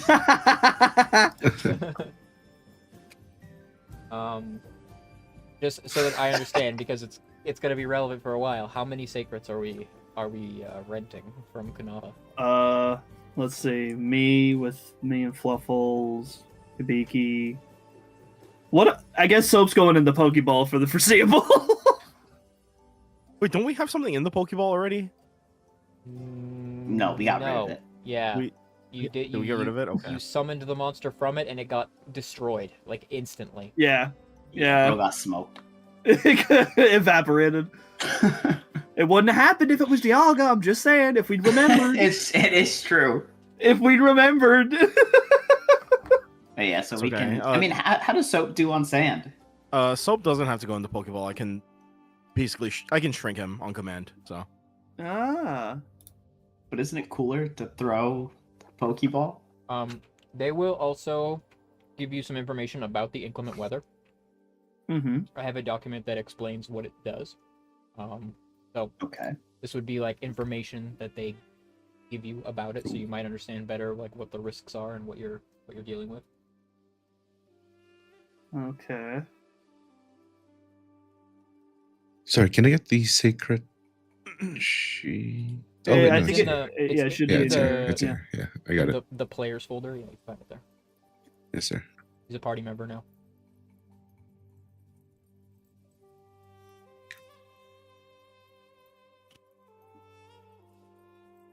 Gen's gonna hop up on his sacred. Whew. The most challenging thing about the weather is that the entire desert is difficult terrain and your movement speed is halved. So even Genzai at maximum speed will be crawling and not be able to see.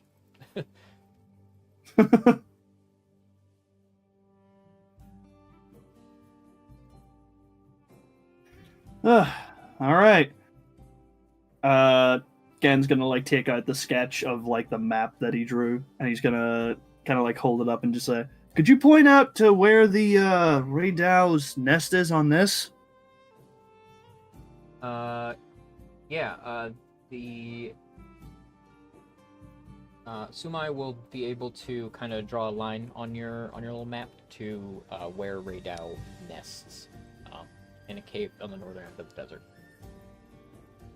And he's like, "Okay, and we are where?" Just so I can kind of keep this in my head. He'll point that out to you as well. All right. Thank you. Yeah. All right, everybody. We got a direction. All right, let's get it All right. done. Let's go. We'll be back before you know it. Hop onto my appropriately sized sacred. Yeah, they scale. Yeah. We moved the scale slider up a little bit just for Biggie. He just has the biggest sacred. That means a claw has the tiniest one. No, Claw, make sure it's a normal size sacred. They give him a All small right. one. He's like, no, that's too small. That's not gonna This one's carry me. just right. All right, let's head to the Red Eye Nest.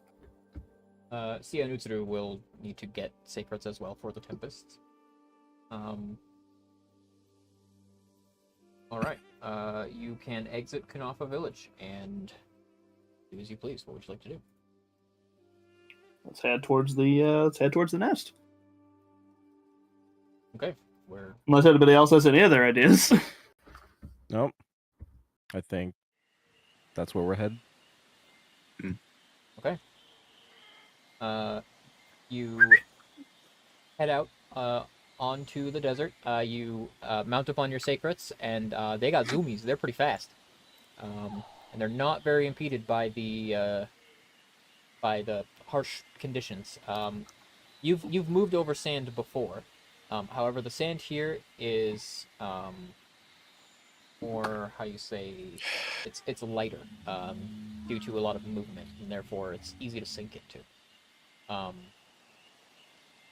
You travel out for some time, and you see a lot more of those creatures, those animals that are moving about, those big pangolin-looking dudes. As you kind of exit the southern, like, craggy area of the desert, you can also see a large pack of these enormous, shaggy, bear-like creatures. They are gigantic, and there's like 6 of them. Man, I wish we weren't in the middle of something right now. I'd love to stop and take notes. They all kind of move as a group, and they don't even really stop to regard you. They are stomping. They're moving fast. He does sneak large creatures tend to move in packs, writes a brief description of them, just puts the journal away. You travel for a while and find that there are caves along these sandy crags that line the desert to be the west edge of it. And occasionally you even see these worm-like sand-swimming creatures that kind of spin like drills, and they zoom throughout the sand. And some of them get kind of close to you occasionally, and they also destabilize the sand quite a bit. It looks like they create sinkholes and quicksand wherever they go. You travel out for a while, and you can see in the distance there's this great stone, not really a mountain, but a rock formation that forms like a semicircle.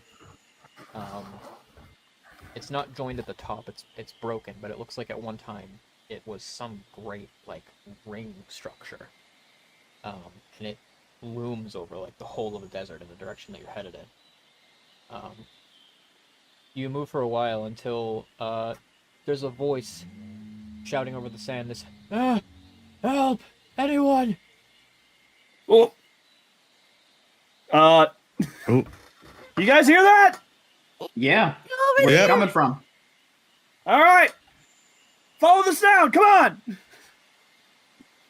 following Your along. sacred launches in zoomies on all fours, goes running up a dune and like has to stop short, nearly stumbling over the top of the dune. Genzai, as you see that before you is this great quicksand pit, where the sand is just being pulled down, and you can see one of those like sand swimming worm-like creatures that's like spiraling, swimming within the quicksand, and there is a person and a sacred that are like being buried near the bottom of it. Oh, Gen's going to pull his sword off his back. Are they within 30 feet?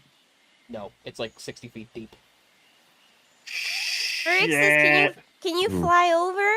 I guess Genzai can fly too. No, I can't. Oh, I thought you could fly. No, I can't. not in his current state. No Not more currently. flying. No more flying. Yeah, Frix is gonna hop off his sacred, ignite his wings, and try to fly down and pull them up. You go flying down there, and the man's arms are, like reach up and swing up toward you, trying to grab you. And you watch as the sacred's head vanishes under the sand, and and he continues to reach up, and he snags your arm. First, make an athletics check. Oh, Athletics is not my Go for specialty. it. Athletics. Oh god. Ooh. Bardic Is he close enough for me to do Bardic? How far is? Checking the range on that. I think it's 30. Oh, it's 60 feet. Yeah, you can do it. All right. I'll roll the d10. You're gonna get a 10, right? Ooh, pretty close. Mine is pretty good. Close. Phyrexius, like flames spill from Phyrexius' wings, and you pull as hard as you can, and you manage to get his forearm up out of the sand and keep it above his head. And then he continues to sink. You're gonna have to make another athletics check.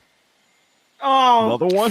Okay, wait, we Ooh. gotta do something. is We there gotta a do something way? over here. I was gonna say, is there a way for us to get closer on the sacred without getting pulled into the sand pit? Does it look like? You could try. It's That Well, doesn't a- answer my grab it. question. I mean, you're looking at a 60-foot deep, like actively sinking quicksand pit. Genzai, is the monster causing the sand pit? Can he see the monster? You can once in a while. You actually see there's more than one of them. Star, I have a sonic bomb. Can I launch a sonic bomb? Okay. You're gonna have to make an attack roll. Okay, It's what is improvised, that? so it's gonna be d20 plus dex plus proficiency. Plus proficiency. 22? 22? You fling the sonic bomb, and it flies right past Phyrexius, and then there's this ear-splitting ring that like shrieks through the air, and one of those worm-like creatures is launched out of the sand and goes tumbling like up the wall of the quicksand pit, and then begins to sink into the sand itself. Buffles. Guys, will take out an incense bomb. Ooh. And toss it in like Genzai did. Same. It would be the same thing. D20 plus dex plus proficiency. Phyrexius, you do need to make another athletics check. You're being pulled into the sand. Yep. Oh. Another Bardic, if I may. Okay. All right. 1d10. Oh. That's not good. His arm begins to vanish beneath the sand again, and Phyrexius, your hand is beginning to get close to it. His head vanishes beneath the sand. He's holding on to you, but you can feel his grip beginning to loosen intentionally, like he's trying to let you go to save you. Claw he'll grab some rope and he will tie it around his waist. Oh my and then toss the other end to Hibiki and jump in. god. Oh, You got wait. me, Hibiki. Yep. I'm holding on. Yep. DM, can you repeat again? D20 And it's plus 1d20. Dex plus proficiency. So proficiency is So 6. I wrote. Okay. Dex is 2 plus 6. Sounds right for you, yeah. Okay. 18. Okay. You Ooh. launch it the next time you see one of those worm-like creatures, and it goes off and lets out this big plume of like pink smoke that blasts out over the like top edge of the opposite end of the quicksand pit, and the worm creature that you can see like spins and drills its way into the sand and then emerges like on the opposite end of the dune and vacates the pit. I have another sonic bomb. May I? It's the last one I got. Can I throw another sonic bomb? Sure. All right. Wow, the exact same roll. Uh, you do manage to catch another one of the creatures and like ping it out of the quicksand, and it also vacates the pit, leaves the premises. At this point, you How can't many of them are there in see there? any of them swimming around anymore, like actively moving the sand. It's still quicksand though. Well, Looks like it's up to Claw. Claw went in there. The Bigie's got him. What's Claw doing? Yep. Swimming. Claw's trying to get to the dude. Claw, I'm gonna have you do. I think this is gonna be. I'm gonna have you do a stealth roll because I'm gonna count that as like your light-footedness moving on the quicksand. Okay.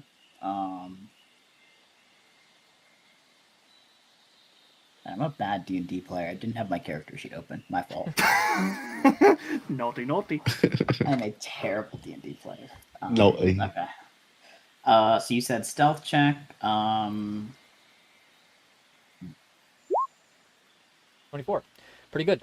You do have to be mindful of keeping your feet light as you move on the quicksand, and you can feel that your paws like quickly start to sink into the sand if you stop moving at all. And you have to like deftly like hop run your way down to the bottom of it. And you can reach where he is and where Phyrexius is hanging on to him, and you can barely see him anymore. He's just like fingers above the sand, like on Phyrexius' wrist, and like it's up to Phyrexius to hold on to him now. He's not even holding on to Phyrexius anymore. All right. Claw will grab onto him as well, and then yell back to Beaky, "Pull us back in!" Pulling. Do I roll a strength? Yeah, Get the PvP athletics. secret! Athletics. Do you guys see the Yeah. secret? 19. Oh, God. You managed to Oh, pull. Fuffles is next to Daiji too. It's not a saving throw. Okay. I'll say Claw. Hibiki is so strong that Claw, you're also going to need to make an athletics check to hang on to this dude and not have Hibiki just pull you off. Oh, Yoink you back. stress. It is more cooked than it's ever been. Okay. Okay, I'm gonna re-roll that. That didn't happen. Don't worry, everyone. Why is your athletics -2? Because he has, Um, he I has have- a rogue. 6 in strength. Yeah. Bardic question mark? Okay. You Do I want to can- read? Yeah, Bardic. Okay. I think that's the best I'm gonna roll. Yeah.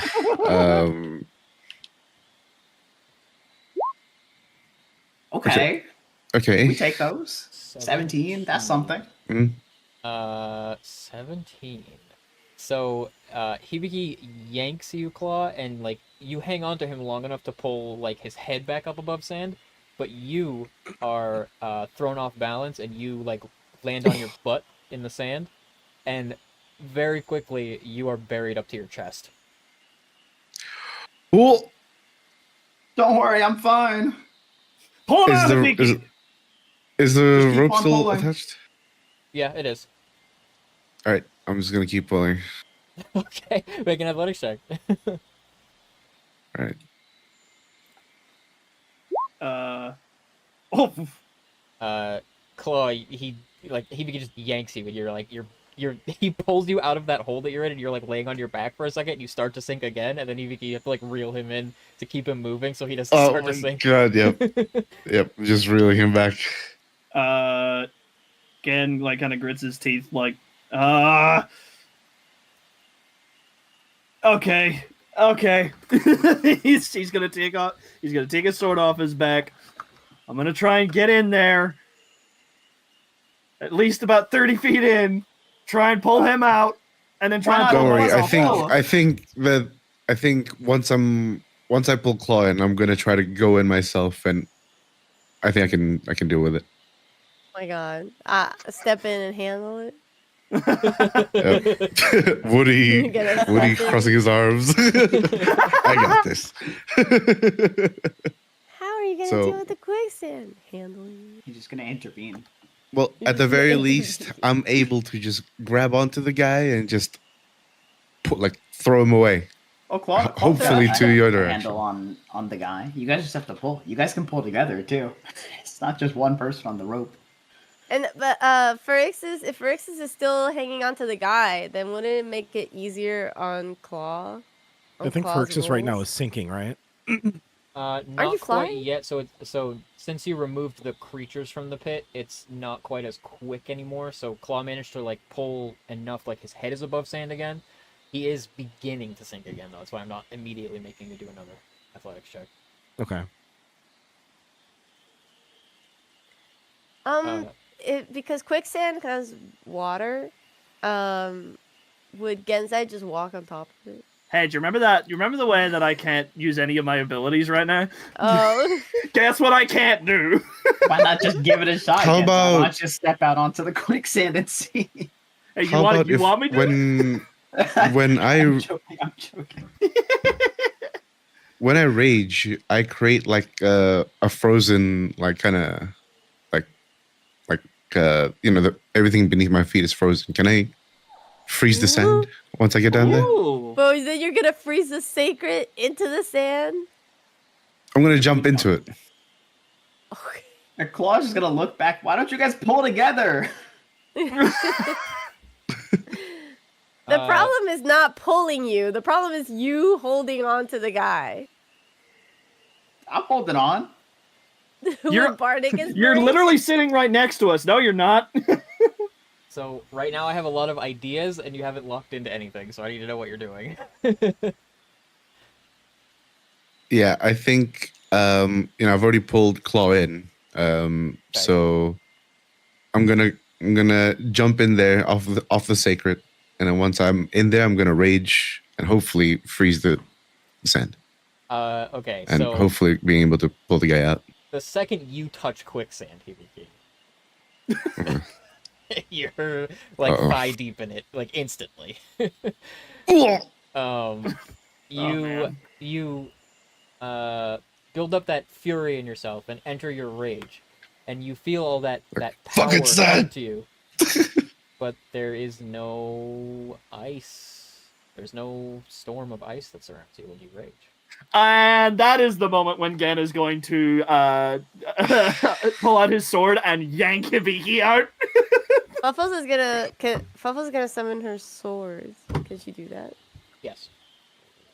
Alright, Fuffles is gonna summon her sword and try and skewer the guy's shirt to pull him out.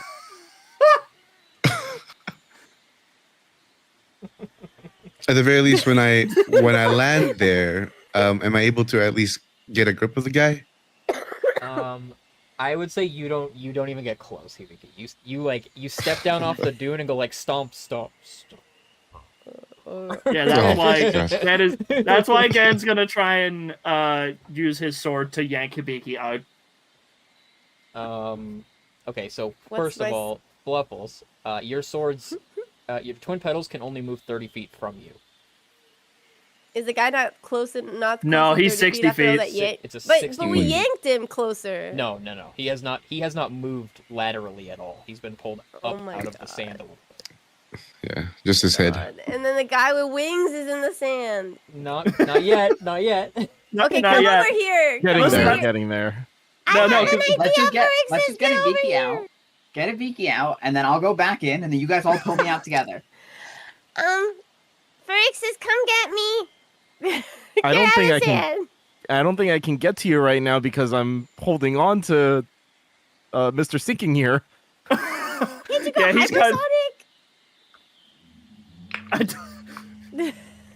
The problem isn't the speed, Captain, as he's like grabbing Hibiki and like. Let's Genza, go, you need to make and an goes athletics hyper- check. Oh my god. Yeah. This is, Yeah. this, is, no, Guys. this is an absurdly high DC for you to pull Hibiki out of quicksand. Can I get a Well, bardic? assist, but, Can I give him a bardic? Yes. Okay. I mean, I'm no slouch when it comes to strength. I got a 19 in strength, you know. I'm not weak. 24 is not bad. I'll say you at least like dislodge Hibiki and he tumbles like onto his butt and then Hibiki, you can get up quickly and like clamber back up the dune to the top. Ah! Ah! Ugh. Ah! Alright, I'm gonna go back in. No, you're not. Phrixus, at this point you do need to make an athletic check. Ah! Come I on, just am. pull me up together. I got this. Oh, Before I got I it. make Hold my on. check. Pause it. Give me another rope. Give you another rope. Yeah, I only had one rope in my bag. Give me another rope. Is it not still attached to you? It is. He wants another one. Look, my grip strength is failing me. I'll just tie the rope to him. Yeah, we'll just yank his arm off. Hibiki is not exactly a gentle puller, dude. I can be. I just. What's the plan? I'll go I don't remember. and tie it to wait, him. Actually, I do remember. Never mind.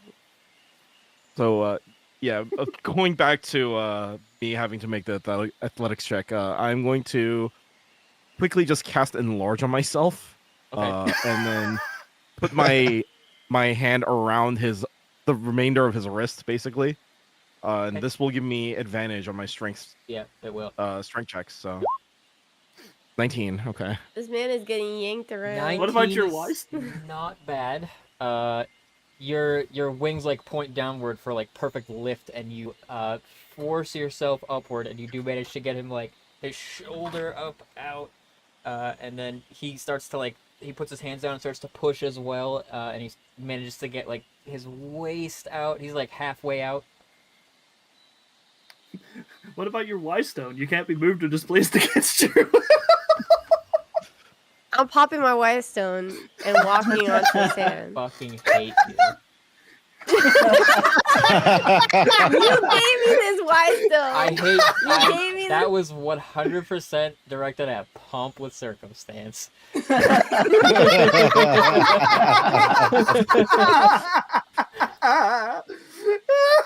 Bubbles Fluffles is popping the white walks stone and across walking. the quicksand, completely unaffected. Oh, we should have done that from the start. Thank you, Genzai. Yeah, no problem. I got you covered. How the hell did that? I can't believe that actually worked. Yeah, Fluffles is gonna. Can you make me big, Phrixus, as well? Sure. I will drop concentration on myself and make Fluffles big. And then Fluffles will grab. Oh, how big is she? Is she like normal? Normal sized. Like normal human size now, I guess. You look like an Animal Crossing character. You're the proportions of an Animal Crossing character, but you're man-sized. Okay. She'll start. Is Phrixus out or is he still stuck in the sand? Phrixus was never stuck in the sand. He's not stuck. Okay. He's not smiling. He's flying. Okay. Fluffles will focus on the guy. And try and pull him out and like throw him towards Phrixus if she can. If she Why gets throw? there. You can walk on the sand. You can. No, she's on the sand. She's on the sand, like pulling. And if Ah. she gets him out, she wants to like launch him towards Phrixus so Phrixus can fly him out. You make an athletics check with advantage because you're enlarged. All right. For this one, I just hit athletics, right? Yeah. Oh, no, Yeah. I'm stupid. Okay. Yeah, you can just click yeah. athletics. 16. Yeah, I think he's like been loosened up enough that he like you get his knees like up to his knees, and then he can like manage to pull himself back up, and then Phyrexius, you can like lift him up off of the quicksand and fly him back to the top of the dune. Fluffles can simply Fluffles walk back will. up. But wait. Oof. Fluffles will. She will choose to have her hands displaced so that she can like try and find the sacred like That's she sinking? I mean like it's probably deep, so she's gonna look for like what's the name? That like the handle, reins? whatever they used to write them. The reins. Yeah, the reins, yeah. She's gonna try and see if sorry, sacred, but she's trying to help you. Come here! Stargazer 018 could do the funniest thing in the world right now. Oh my god. You reach your hands in beneath the sand, and as deep as you can press them, you do not find anything. Dang it. Come on Make back, me bigger! Captain. No, Captain, just come on back. Fuffles will walk back sadly. Once you're safe again, and you like, he seats himself on the dunes and, oh, thank you. I thought I was done for, Ugh. but I heard it's about the sacred. sacred. Yeah. I'm sorry. I couldn't get it. I couldn't find it. The caves below the sand. It may still be alive. There's caves below the sand? The Wait, so I lightest can slap. dive in there? This lightest slap on Genzai's forehead, just like, oh my god, there's caves underneath. Okay, you stay here, and we're gonna go swimming. What? Oop. Is there another way to get to the caves without diving into the quicksand? He points over to like the crags to your west, where there are cave mouths. He says that if you follow those caves, they'll lead beneath the dunes. Okay. All right, hop Um, on, Captain. Fuffles will give the guy a potion, and get on Genzai's back. Well, no, she's human size. She's human size. She's gonna run. Instinctively tries to get on his back. Ah, Crushes him. Captain, you're a little big. Hey, What? what's that supposed to mean? You're You're not supposed to say that bigger. about a lady. You are literally bigger. You go charging into the cave, which quickly, it cranes like to the left and turns into like a spiral. And you follow it down, and the sand and stone quickly give way to this like really brilliant, shiny blue crystal that cover like the walls, the floor, the ceiling. It's all over the place. It's like a mineral, like a crystal mineral that's everywhere. And as you go deeper and deeper until you can see where sand pours in from the ceiling of the cave, and the sacred is there, lying on its side, looking kind of injured, and you see two more of those worm-like creatures that are spiraling through the sand, circling it. Okay, so I don't have any more sonic bombs. So I think we're just gonna have to fight these things. All right. Dan's gonna try and whistle to try and get the creature's attentions. You blast out a whistle through the cave, and the sacred's head jolts up toward you, and then the two creatures like cease moving. The sand stops swirling around it, and then they like snake out to the left and right around it, and begin to move over toward you. And where you're standing is still like solid ground and rock, and there's like a thud as one of them hits rock under the sand, and then there's a burst of like breath and sand, and this black like tar like ichor that like splooges up out of the sand, and then it looks like it turns. You feel it turning under the sand, and it begins to snake in the opposite direction and moves toward where there's a slope that heads upward back toward the dunes. Okay. So it's leaving the area. Yeah, they appear to be cowardly creatures that are not the most interested in fighting you outside of their own turf. Okay. You might surmise they're not very powerful. Mm, And predators. yeah. Ken looks back at Fluffles. Just, you want to go grab that secret?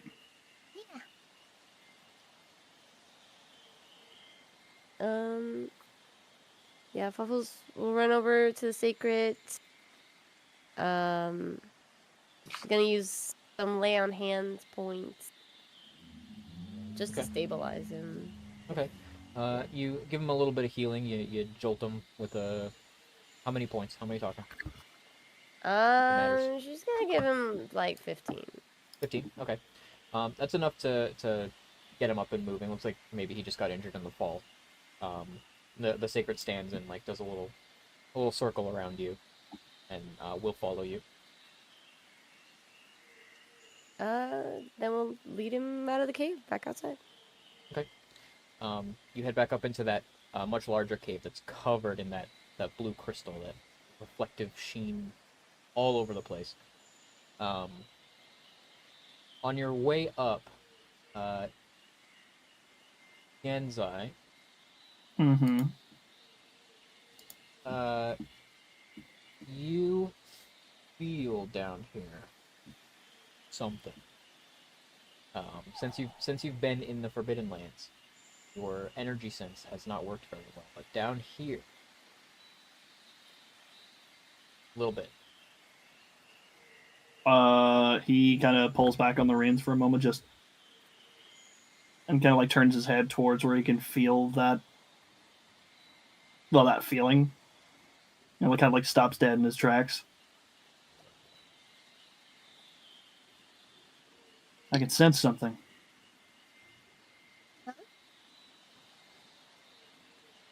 What is it? He tries to focus on it.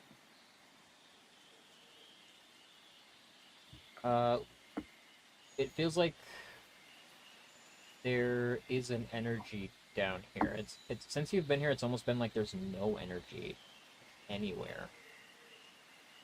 But you do feel some type of energy that is kind of like at the heart, maybe this cavern system. It looks like it goes a little deeper from the back end. He glances over at everybody, I think we should check this out.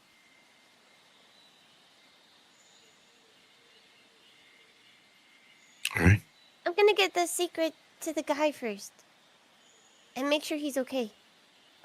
Well, we You can. guys should head down there, though.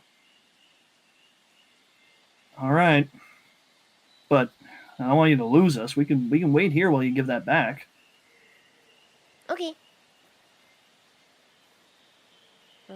Bubbles, you rush out. return the sacred to the man who is he's Knopfin. He's dressed similarly to the rest of the Knopfins, and he's like cleaning sand out of his scarf. And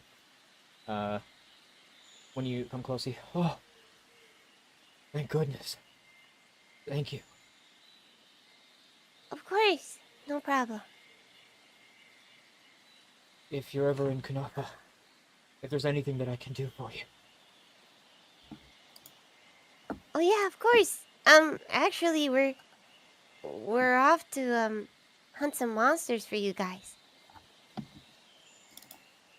Like the ones that were just here. Oh, kind of bigger guys. Do you mean the White Wraith? And Rido. Raydal? Rido, yeah. Well, you must be strong then. Yeah, but it's kind of embarrassing that it took us so long to get you out of there. Not at all. The sands here claim lives all the time. The Balahara too.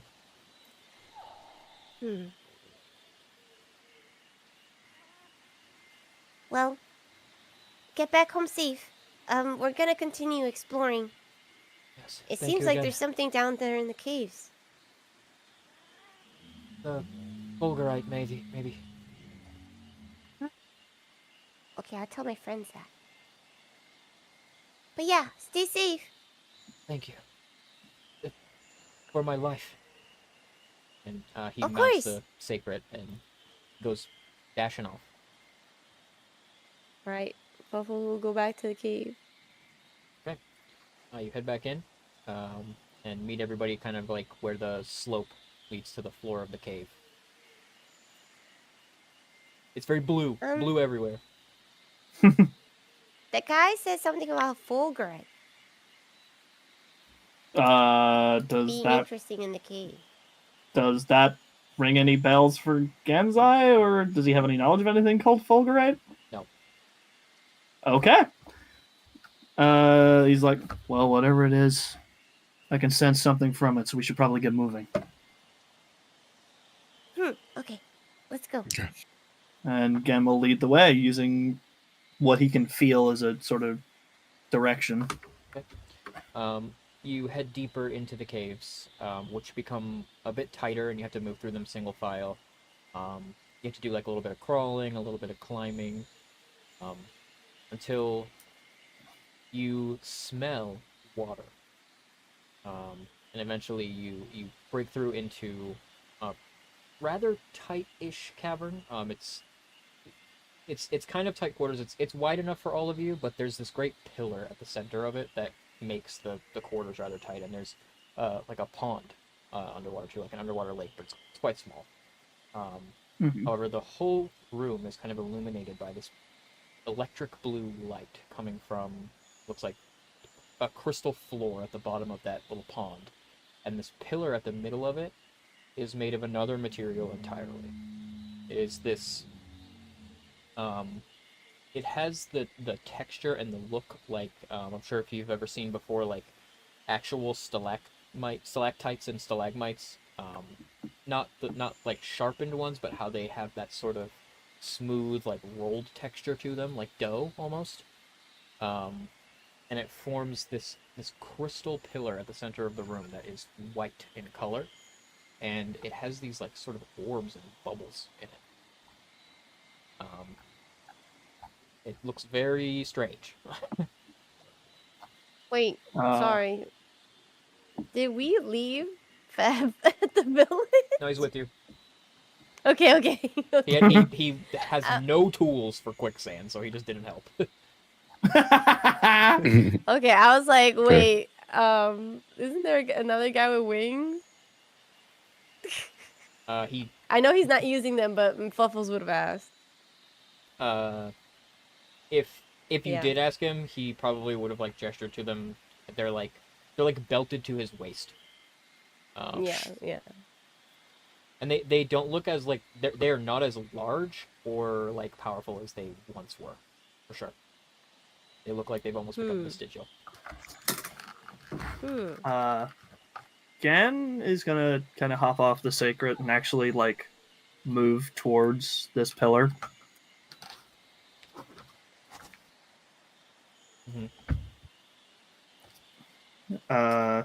Is there like water around it? There's water that kind of like runs down it, through it. He's gonna reach out towards it. Okay. When you touch it, you sense immediately that it is not just full of energy, it is comprised of energy. It is a material that you have seen and interacted with before. Oh.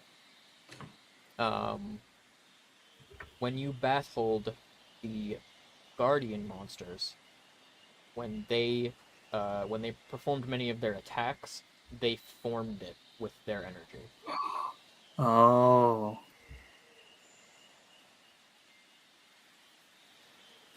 It is. Yeah, I kind of like keeps you his assessed hand it on it. when you like inspected it before. You assessed it to be like crystallized bioenergy.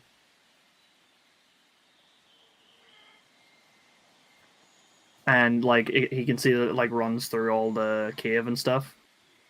Really, just kind of a pillar of it. It's quite a lot of it. Can he use? Can he use energy fission on it? Sure, make a meditation check. 22. 22. Genzai places both hands on it and tries to reach in and access the energies within it. Genzai, what you sense immediately is this overwhelming flood of confluent energy that is, like I described before, when Luna was thinking about it, it is a entirely different color of energy than you are used to. Oh. You feel that what you're touching is almost like a root, and it runs deeply throughout the land that you're in right now, impossibly deeply, to where you're not even sure where it could possibly originate from. It is so vast and so deep and so powerful that it rivals the Everstream. Oh. And you start to get the sense that whatever this is what is here instead of the Everstream, as you cannot sense the Everstream anywhere in the Forbidden Lands. Oh. So he's like putting two and two together. It's like that's why he couldn't sense anything, because he was tuned into. I guess in his brain, it's like he was tuned into the wrong frequency. That's exactly right, yes. And yeah, it's why when you tried to use your traditional method of accessing the ambient energies of the land, it didn't work. However, when you tried to access your own energy, it works fine. Okay. So going forward, I'm going to tell you how it works while you're in the Forbidden Lands. Anytime you want to do any of those things that are Genzai monk things, you need to spend a key point. Step of the Wind, running on walls, all that stuff. Your infused attacks cost a key point. Right. Okay. So it's not like normally where I could just use Step of the Wind for free. Right. You have to feel your own abilities now. That the environment can't do it here. You don't know how to access this energy. Okay. Would he be able to spend a bit of time kind of feeling out this energy, like not to like immediately offset him having to fuel stuff right now? My question would be, would he be able to start getting a sense for how this energy around him feels? Might take you some time. Okay, but this is something that he could work on while he's here. Maybe. You could try. I would certainly love to. Considering that he is currently using energy fission, would he be able to consume a piece of this energy? Not a whole lot, just a piece of it. Try. I would like to try. Okay.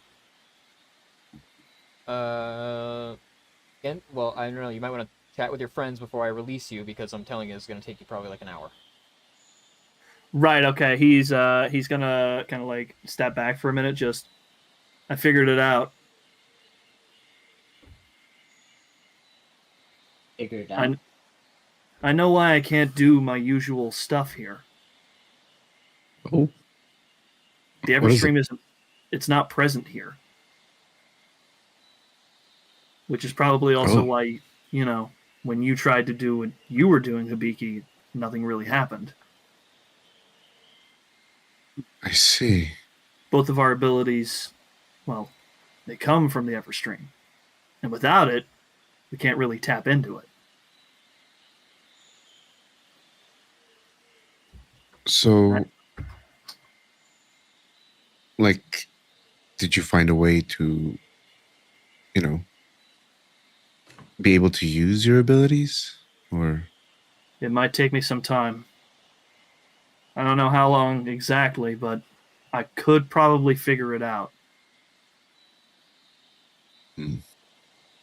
But it would probably require that we take a little bit just for me to try and do this.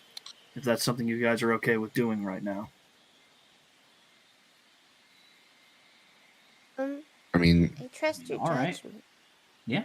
yeah, and I think if you find out, then I'm able to use my abilities. So it's If this is something you can figure out, then it's probably best that we get this done before we get into any kind of situation. right. I agree. Like I said, I don't know if I can figure it out fully, but I can take a crack at it. It's something. So give me a little time.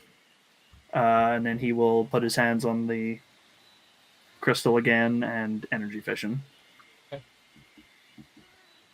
You make a meditation check. Ooh, that one's not as good as 18. Genza, you kind of try to dive into this energy and sort of like immerse yourself in it. Like try to mingle your energies with it and find a compromise, a way for it to work with your powers. And it's like trying to solve an impossible math equation.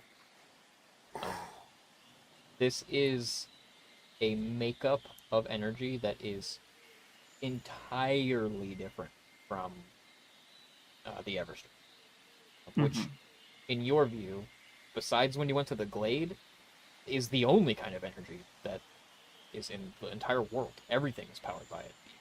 Like, plants grow feeding on it. Like, it comes from sunlight. It is the ambient energy of the world, but there's something like eldritch about this. As you are attempting to access it, you guys all kind of like take a load off for an hour or so. The Sacrets are chilling. They're milling about with each other. They're socializing and yapping a little bit to each other. Is there anything that you guys want to do while Genzai is exploring the energies here?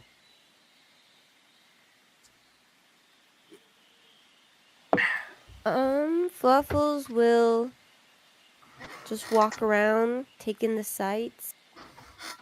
Yeah, she's just gonna be exploring. Is there any cool mushrooms? You see, It's like, you see hey. something that looks like a fungus that's growing out of the pillar. It's one of those like wavy fungus that kind of look like coral almost. You know what I mean? Oh, And you like kind of hone in on it and look closely at it, and you can see that it's made of crystal. And then you Crystal see that fungus. it's growing out of a hole, and you kind of like peer around a little bit at that hole, and it looks like something you recognize. Oh? You start to take in the shape of this hole that it's growing out of, and you see that it is the eye socket of a skull. A human skull. Ah! A human skull. And Oh.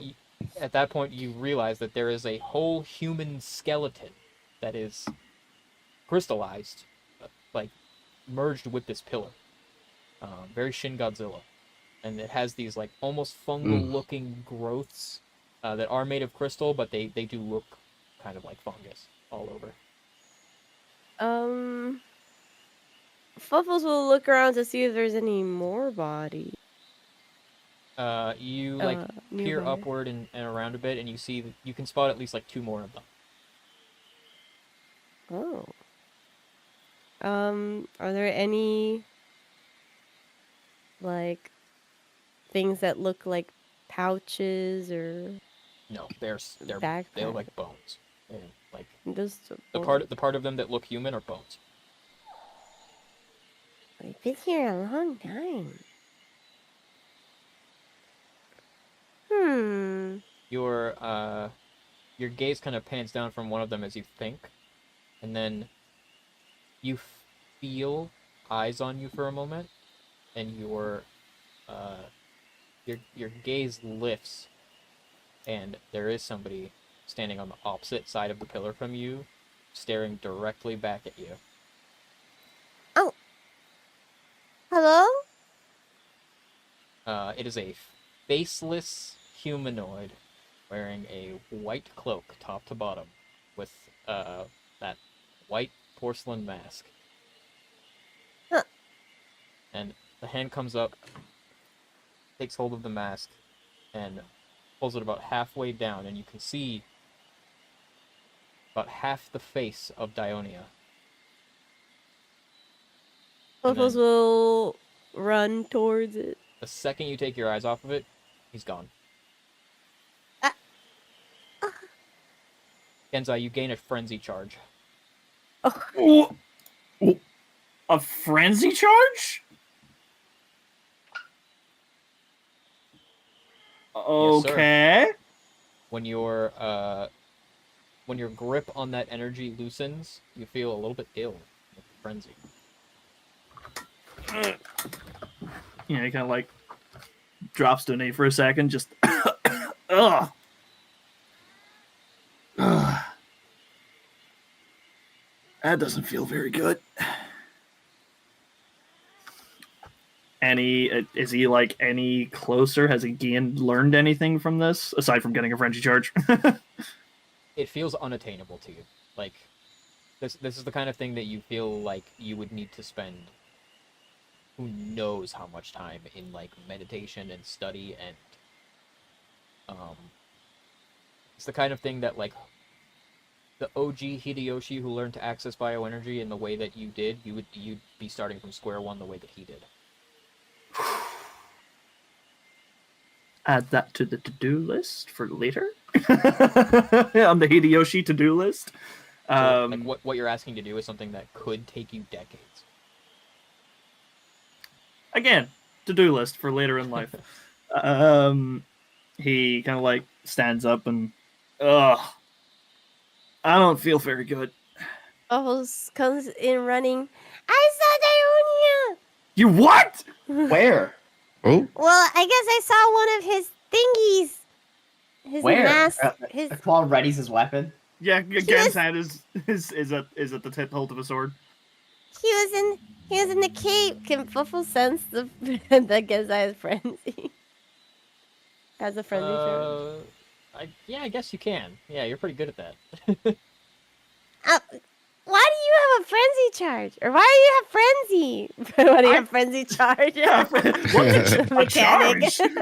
A charge. If you get 3 of those, you can... Yeah, if you roll really well on your constitution, you can die. I don't know. It happened after I was done with that crystal.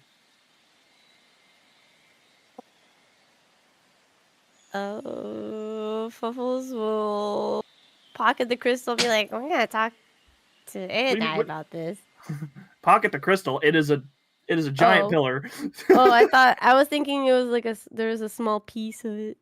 No. You can always He's break like, a piece "Alright, well." off. I don't think that's a good idea. This thing feels intrinsically tied to the land itself, and I think if we damage it, it could cause reprehensible damage to the ecosystem. Okay. But, so I guess we'll just tell Aedai. But, yeah, I saw Dionia's little freak around here. Dionia's little freak. what? Question, DM, do we hear this thunder and lightning? Yes. Like, as she's talking, it's like, whoa, hang on, shh.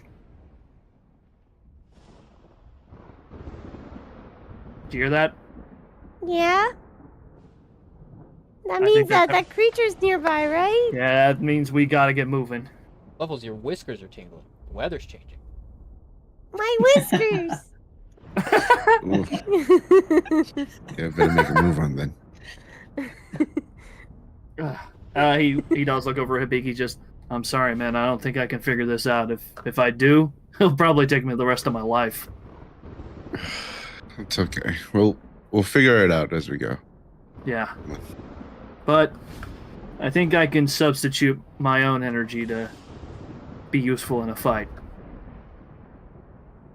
Well, that's something at Okay. least.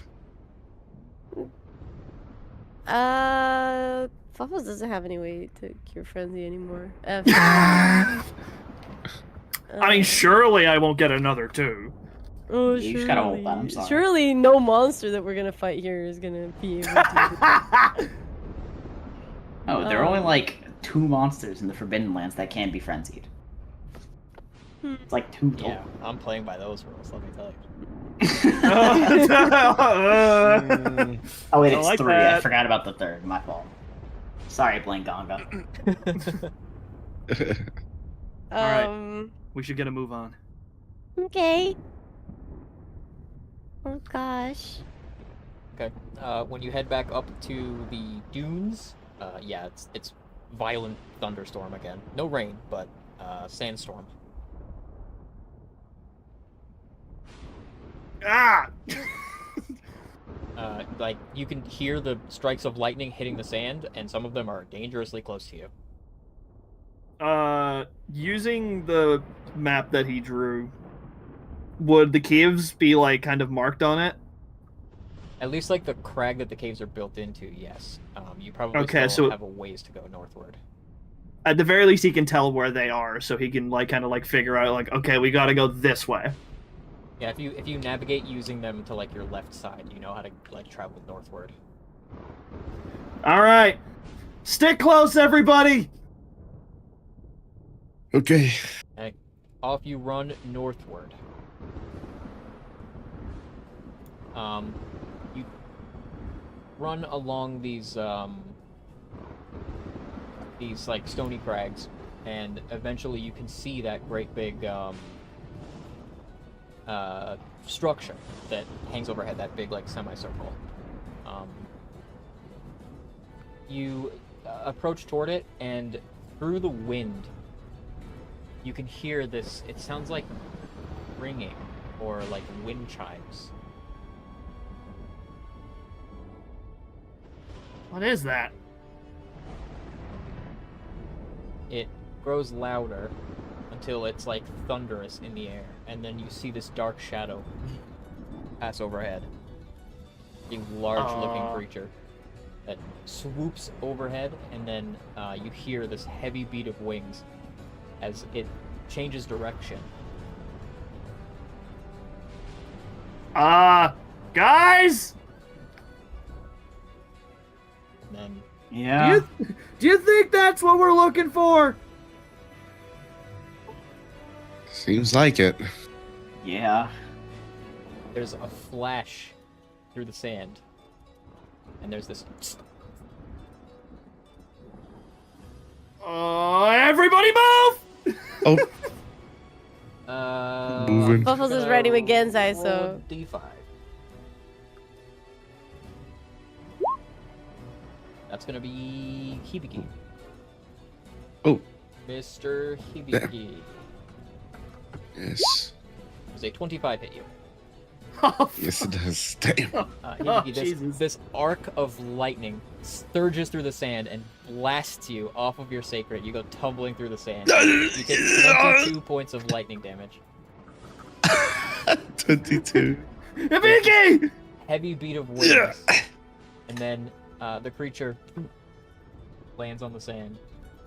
And its wings spread wide, and you can see the golden body of Ray Dow. Oh boy. All right. The boy, the man, the guy, Ray Dow. Hell yeah. I love this dude. I think Ray Dow's my favorite monster in Monster Hunter Wilds. Yeah, honestly, like, hard agree there. He's pretty cool. Alright, we're gonna I roll don't know some if he's my Niche. favorite Apex. He's cool. He's definitely It's my Niche favorite Apex. time. I really like Quemetris, though. I can't Dang decide it. if I like Ray Dow or Quemetris more. Quembly. Quembly, I love Quembly, dude. I One love and him. only. So Here we cute. go. Let me heal myself.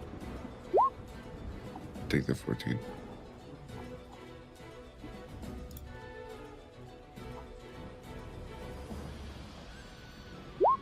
Fuck, I love this song too.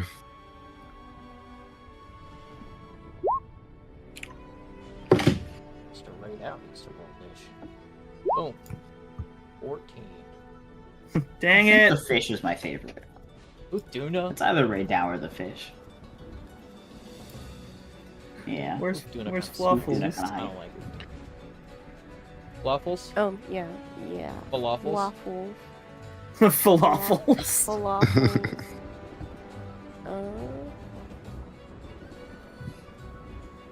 Damn, does everybody in this party just have higher health than me? 18. Well, I like guess so, yeah. usual, Mr. Claw, you are All up first. right. Oh! Oh, Oh, nice. I can make it 10. Okay. oh. I'm gonna run up. I'm going to stance. Let's do shield bash. 23. 23 hits. All right, 13. And then I'll dodge. That's it for me. All right, Waffles, you're up.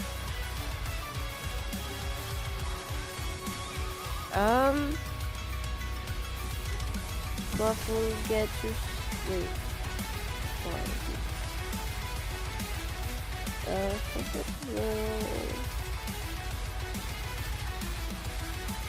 Move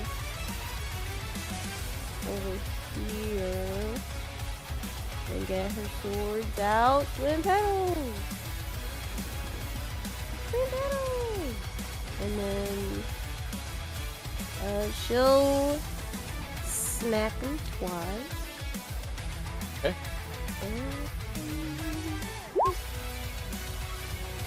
26 hits. Okay. And then again. Oh, Oh! Okay. Goddamn.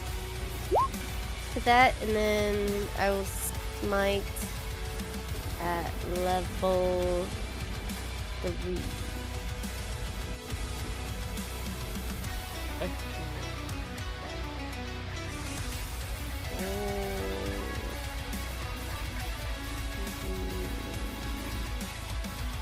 Is it 8? 8 10? I made you a cheat sheet. You did me really cute. Every day of my life, I'm guessing now. It's 48. 48.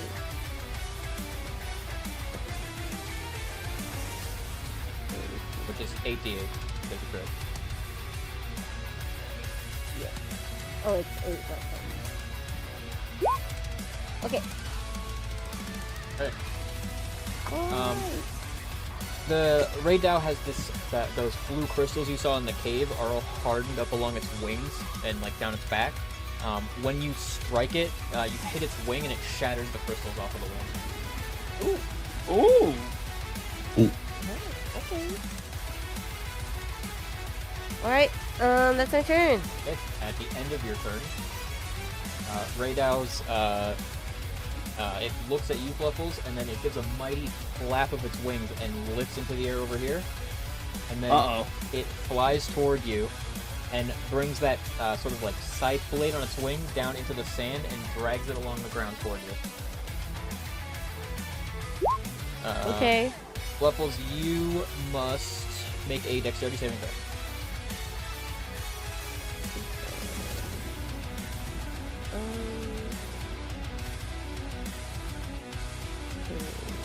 That's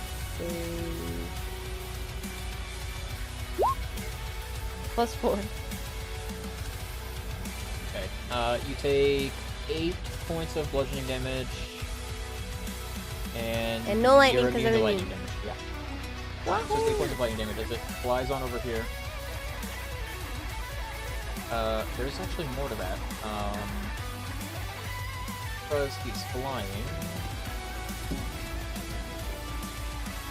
Where is it?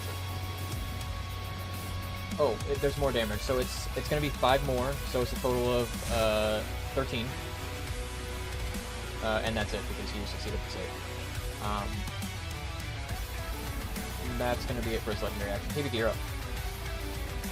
It is now Alright. flying 10 feet off the ground. Okay. I am going to use my bonus action to rage, and I'm gonna use up all my movement to move up here. Since it's flying 10 feet up, am I still able to hit it? Yeah, you can reach it. Okay. Another question is, I'm assuming I don't have the Echo Driver at all. Fantastic question. No, you don't. Okay. Great. Ooh. If that's the case, then I will just go for just a jump in uppercut, recklessly. Okay. Wait. Oh yeah, 32. 34 hits. Oh, 34. 34. Da, da, da. 22. 22. And then once I am up in the air, I am going to go for a side winding kick to the side. I'm going to use Brutal Strike to push it 15 feet. Okay. This way. Just gotta make the... Yeah, 32. 32. Brutal Strike. That's also a D10. All right, yeah, let me just go for this.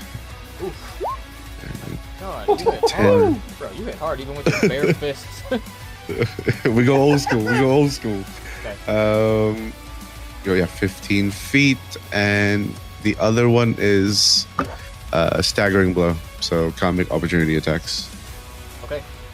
And yeah, that would be actually, since I can move, I'm just gonna move over here to kind of just protect the captain a little bit.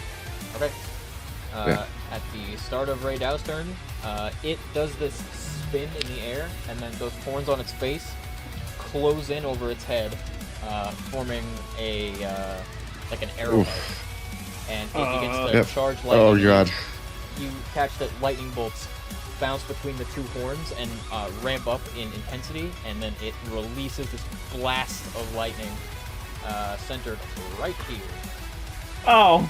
Oh, it's God, gonna be no. a Dexterity saving throw from everybody, like Genzai, so for its effect. Oh, wow. I'm assuming that's a fail. I will redirect that to me. Oh. Okay. In that case, Our hero. Oh, okay. it's the width of it. It does do damage in transit. Not wide enough to hit anybody else. Let's go. Alright, well, let me do my dex dex save. It's just gonna be centered on you. 30. 30. Claw, you raise your shield and erect a barrier of force, and the Raydow's head snaps to you, and when it releases that blast of lightning, it like crackles across the air, and it just hits the face of your shield and is nullified. I've got you guys. Thanks, buddy. How Nice. much would it have done? 66 lightning damage. That's what we like to hear. Damn. Raydow's gonna fly on over here, and well, actually, it's gonna do a big funny backflip. Oh. It sails Oh. up into the air, and then it's gonna come down and land on Fluffles. No. You're No. alone. Natural 20 to hit Fluffles. Oh my god, no. Oh my god. Oh my god. Leave her alone.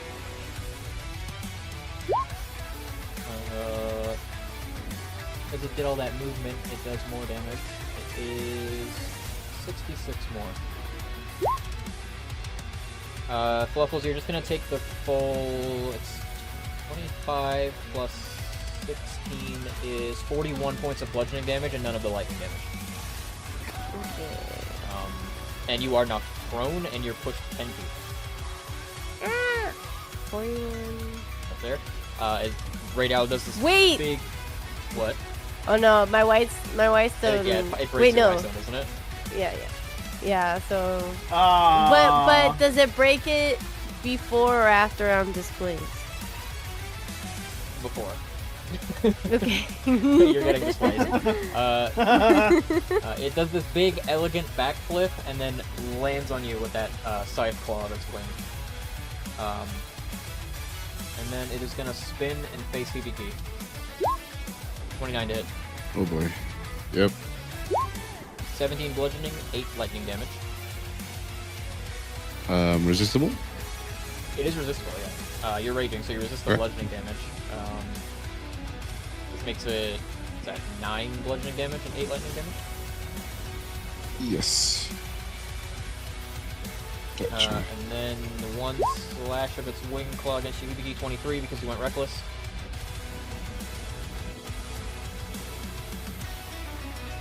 Yep. That's going to be 7 bludgeoning, 7 lightning. Super. And that will end Raydow's turn. Genzai. Alrighty. Let's see. What do we want to do here? He's gonna run on up and start taking some swings at those horns. 30 hits. Not a crit. Yeah. Oh, that's a crit though. Okay. Oh, big one too. Not question. For Flurry of Blows, do I have to spend 2 key points or just 1? Anything that you normally spend key points on doesn't change. Okay, cool. So it's just 1 key point. Got it. Ooh. 18 misses. Does a 22 hit if I spend 2 key points on it? I couldn't tell you that. Oh shoot, you're right. You know what? We'll spend 3 Magatama points just to make it 24. That hits. All right. Also not a crit. Yeah. I'll spend a key point to make that 23. That hits. Okay. Still not a crit. And then 1 more. Yeah. Oh. All right. All God damn. focused on the horns. Okay. Your second attack, the lash of your sword shatters some of that blue crystal up off the back of its head. And it reels, and there's some energy that kind of like blasts out of the horns as they're like open in that fan formation. Pretty effective. It worked. All right. Okay. When he finishes that last attack, he pulls the sword up. All right, we know where the weak points are. Aim for those crystals on the wings and on its face. Gotcha. That'll be my turn. Okay. On Fet's turn, he's gonna run up here and like slide in the sand beside you, Genzai. And he draws the sword from his belt, and with his free hand, he reaches up and shoves you in the chest. Make a strength save. Damn, he fell over in real life. No, I knocked over my little Yoko. 29. You do manage to stay firm unless you want to be moved, but I mean, he's looking at him. He's looking at him. What does it look like? He's like, is this get out of my way? Yes. Or you need to move? Nope, get out of my way. He just takes the shove. Just really? He doesn't really pay you any mind. He's gonna attack. 28 hits. 17 piercing damage. He's gonna swing one more time. 4 hits. 20 piercing damage. And then, with his free hand, he goes down to his belt and he snags one of the horns that he has fixed on his belt. He has like a collection of Elder Dragon horns. And goes to stab the Raydao. Like, kind of tries to like get its eye with one of those horns. He's gonna do this. Natural 20. And it is a Nergigante horn. It's gonna do. I'm so bad at math. 38 points of piercing damage. That is unresistible. Woof. And I think that will be it for Mr. Peck. Phyrexius. Let's see. Well, I'm gonna run up to Hibiki, and we're gonna do our thing. I'm going to designate Hibiki as the companion. I'm going to cast Enlarge on myself and make Hibiki also very big. Okay, Hibiki, that turns on Echo Driver. You're gonna use Phyrexius' energy to power it. Oh. Thank you, brother. And then Soap is gonna run up this way, and then run up here and go for a round of swings with the Charger bonus.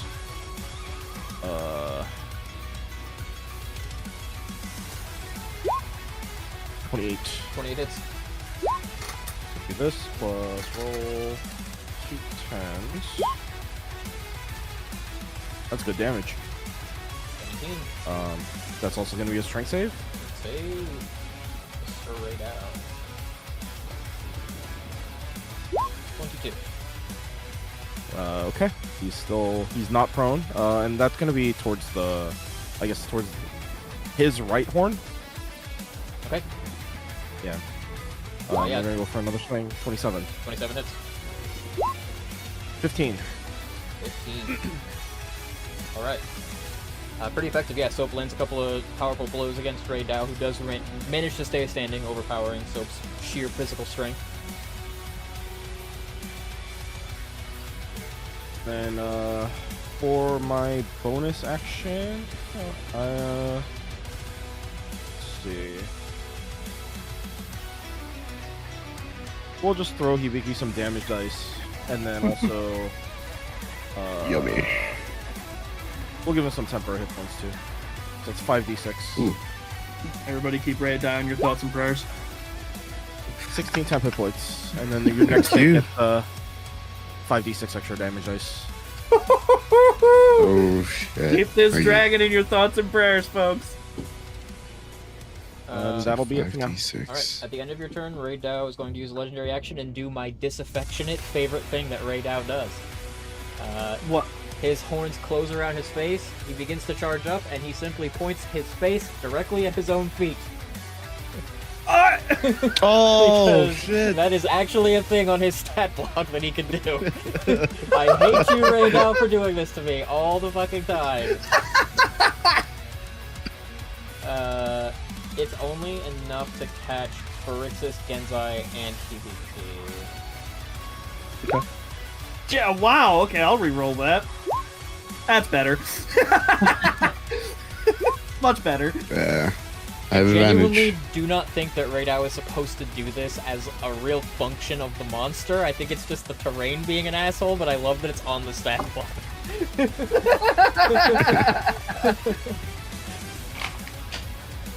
Just fuck everyone in this particular area. That's the whole point of it.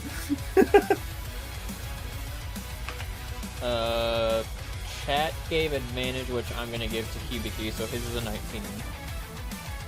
Doesn't he already have advantage? Because he's... Yeah, I already have advantage on You're Dex. right. However, that was the most advantageous thing I could have given you, because giving it to Phyrexius does literally nothing. In any case,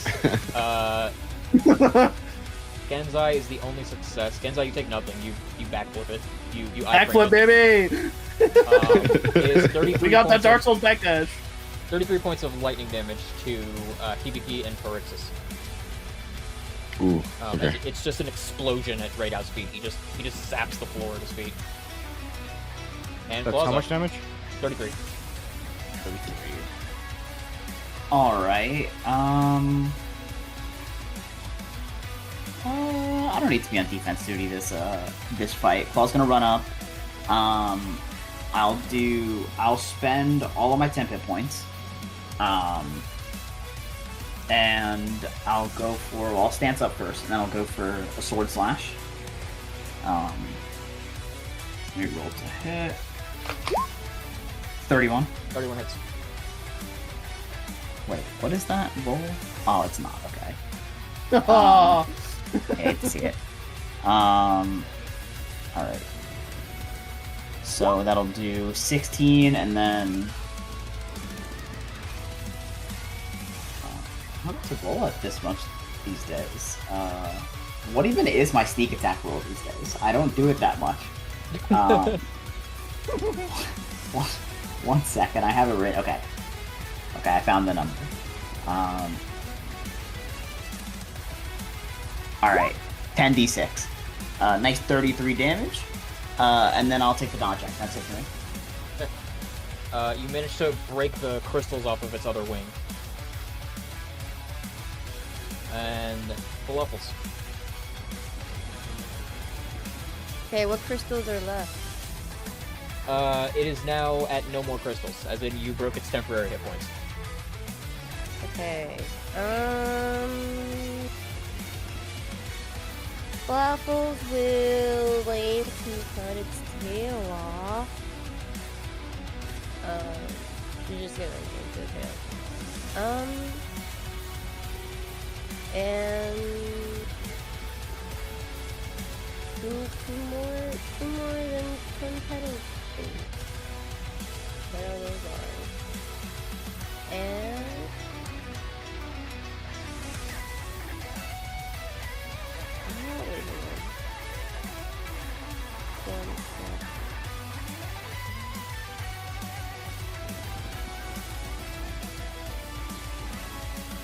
I don't remember this, but it has come up before. I do my bonus action to attack with the 2 twin petals I summon. Can I use my action to attack with the other remaining twin petals? It's all your bonus action. Oh, okay. So just 4. Or I can do 4. Yeah, keeping the 4 swords gives you 4 attacks. But you know, if you have Blade of Disaster, you can do bigger, more nuclear attacks. Yeah, okay. 19 is a miss. Okay. 30 hits. Okay.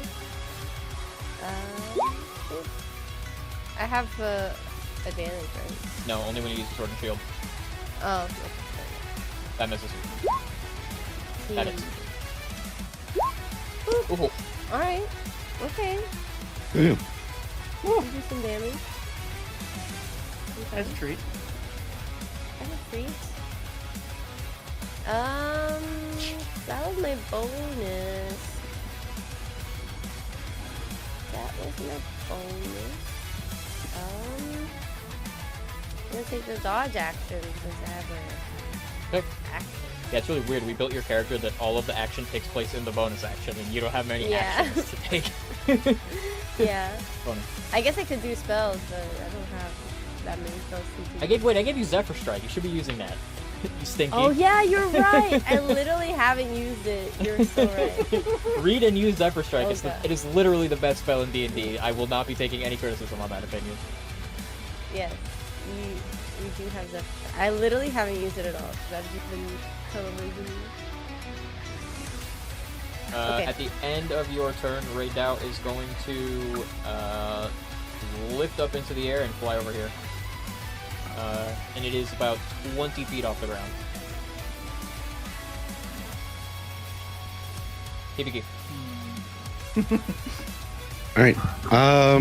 So the Echo Driver is only active as long as I'm channeled with Phrixus.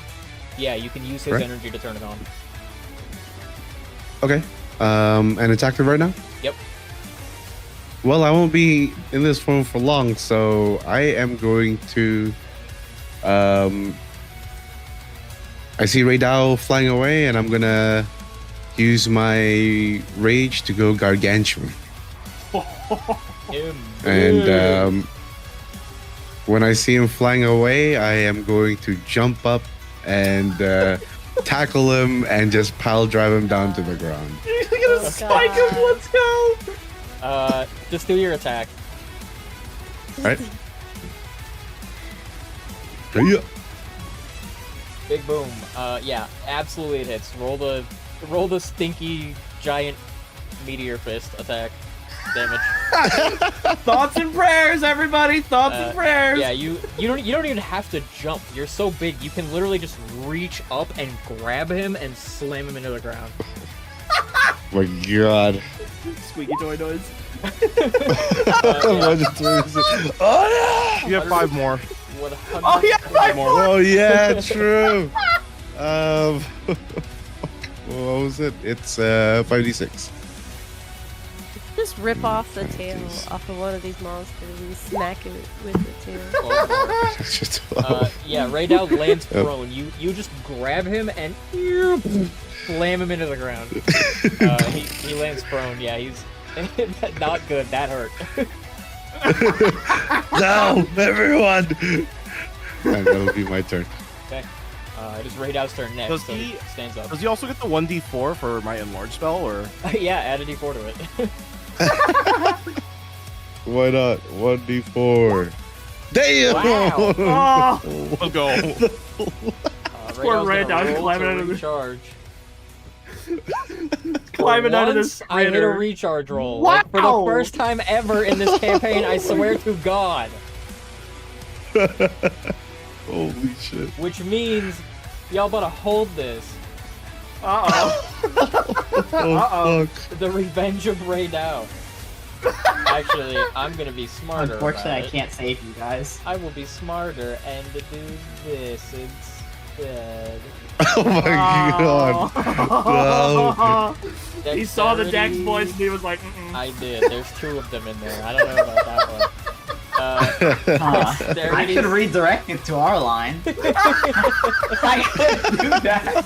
Do it, bro, do it! This is the trolley problem. What's happening here? Dexterity saving throws from Pharixis, Hibiki, and Bluffers. I think I'm gonna hold on to my redirect. I'm sorry, guys. You guys gotta hold it. Damn! I might Damn. be redirecting it actually. Damn. So sorry, Ghost. Ghost gave advantage and it got used up on Hibiki's dog shit rolls. I'm so sorry. So sorry. Rest in peace, your 1,500 points. Headset. Yeah. That's a twin failure. Bluffles, how you feeling? Oh wait, Dex save. Dex save. Sorry.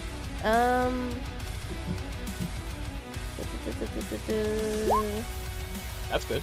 I'm gaming. So to Hibiki and Pharixis, it is 66 points of lightning damage. Bluffles, you take 33. You're immune. Why did we even do Bluffles? I'm immune. Why I did never, I send it I at never you? even. Why did I even send it at you? What was I thinking? Yeah. What was I afraid of? Alright, at least I got full What was the damage. damage? I did it. Albazron orb in my armor. Putting in the work. It's What was the 66 damage again? 66 lightning damage. That's fine. Got you. Ow. Shrug it off. We shrug it off.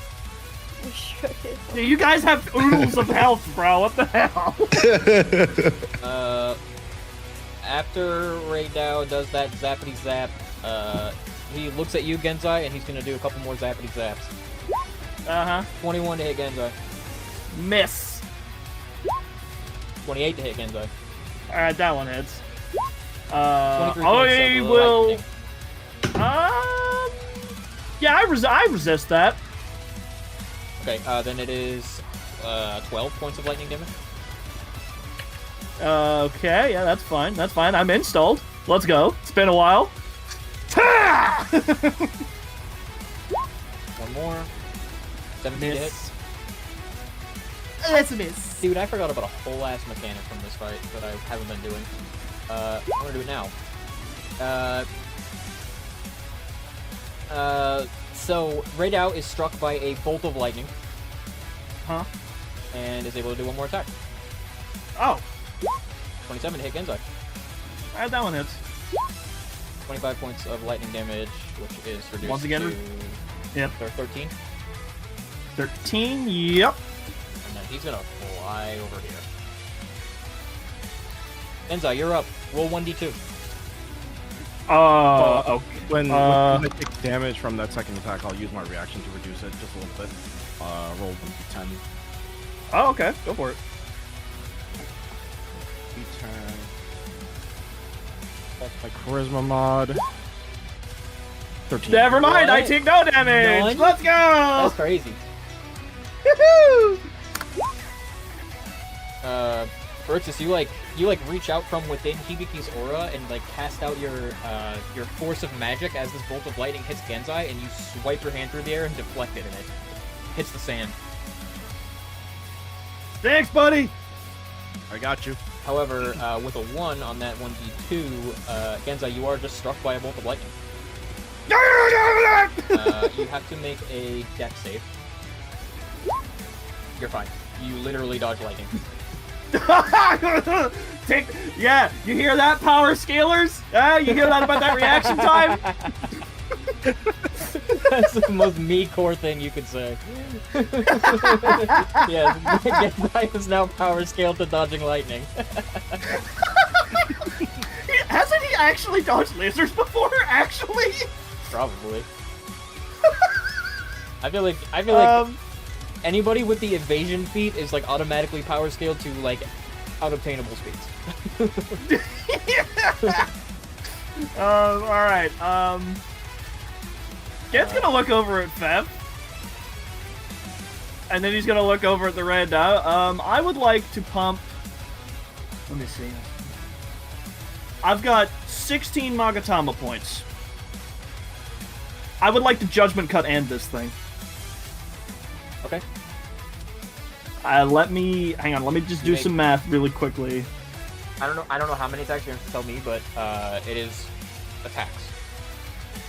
Yep, hang on, let me get my thing here. So it's 7, and then another 2 for each one. So hang on, 7, 9, 11,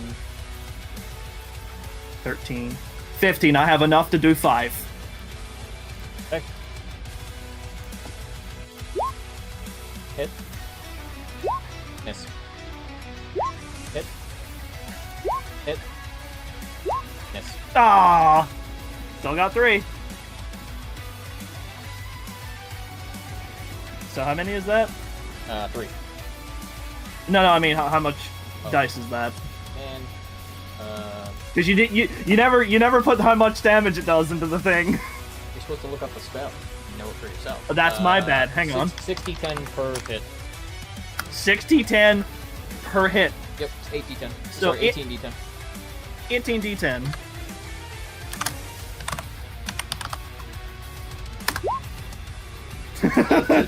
Points. He puts his hand on the sword, swings imperceptibly fast, and then just before it all does the damage, puts it back on his back. Okay.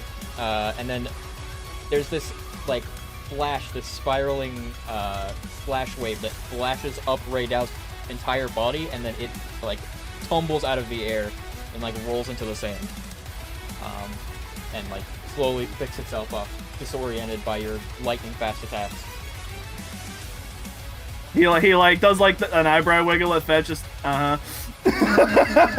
He like he makes like brief eye contact with you, but his head like turns away from you, and then you watch as like his sharpened teeth gnash and flames spill from his mouth. And he will, he'll bow his head a little bit and then just hold his hand out, just after you, and that'll be my turn. Beth is next, and like flames spill from his jaw, and his eyes flare up this furious red, and he is just going to unleash flames upon this thing. He's going to use his breath weapon, and Raydown must make a dexterity saving throw. Boom. 17. Raydown will legendary resist it. Yeah. And still takes 51 points of fire damage, which is enough.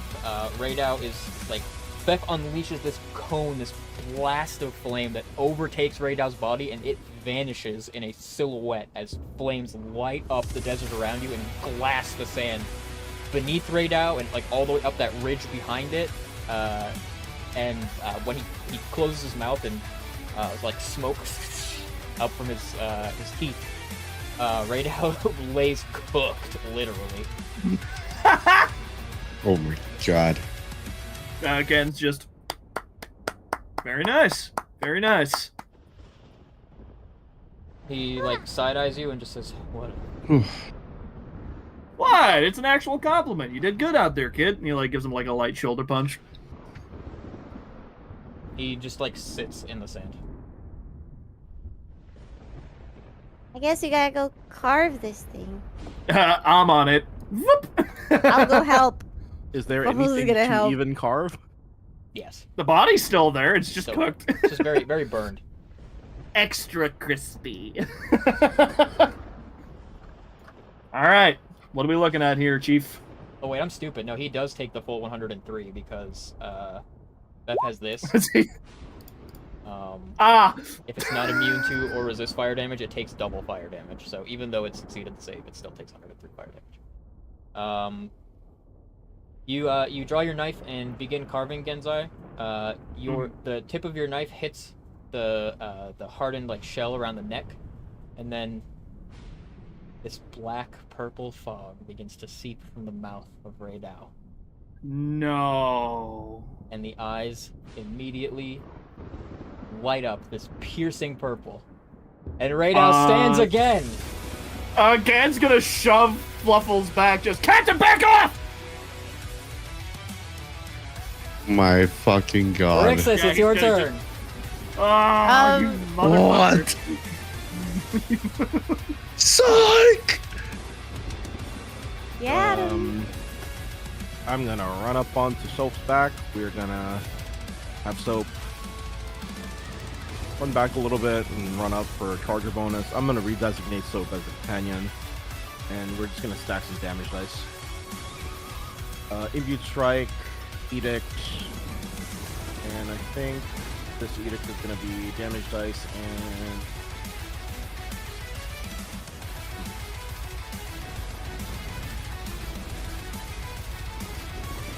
yeah, I think we can just give the tempted points to roll I make them like 6, just visible. 16 tempted points. Nice. Yeah. Damn, he's on a rave! Look out! Give a little glow stick. And we'll go for a round of attacks. 17, 17 misses. 28. Ah, if Right. only that was advantage. So that's gonna be this plus what's it? 5 and 4, so that's 9d6 plus 2d10. Oh. 39. My God. Meaty. And that's a strength save as well. Strength save. 16. He's knocked prone. Okay. Yep, he is like knocked off his feet, tumbles over for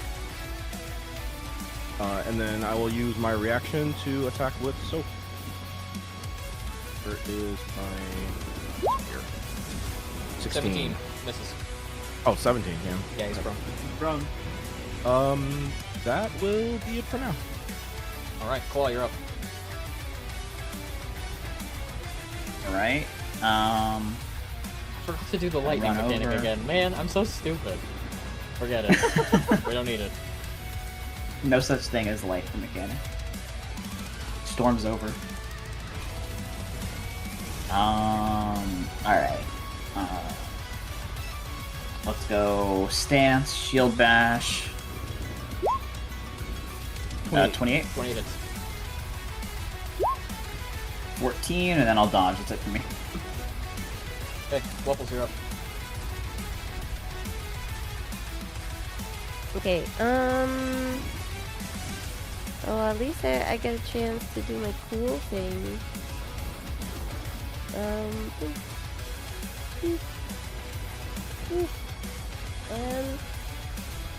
delete. Make sure you move them before you delete them. They need to be lined up. It's for visual effect. Just fusion To summon. imagine. Yeah, exactly. Polymerization. Synchro summon. Blade of disaster. Uh, The blade of disaster. I call forth all 4 twin petals and synchros. Anyway, we're If there's a spiritual Okay. weapon that has a cost, you better believe I own it.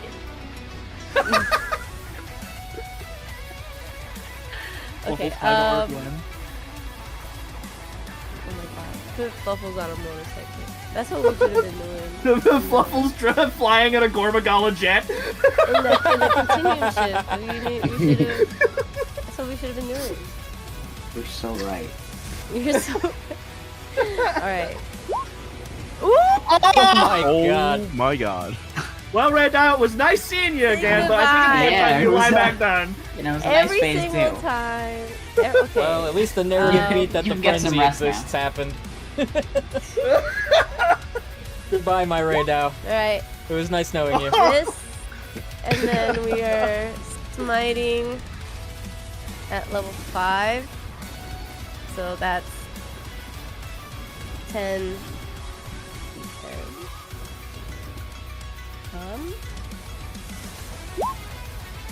Oh my god. my god. Christ! Holy shit. They're all above 5. Oh, They're like 9, almost over. One more. I have one more attack. Okay. oh god, if it was another crit, I would have howled.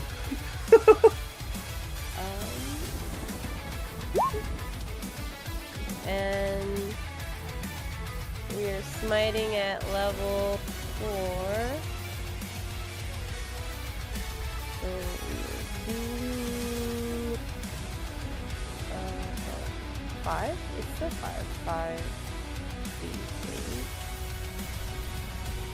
8. Or gaming. Me too. Oh my god. Total damage there was approaching 200.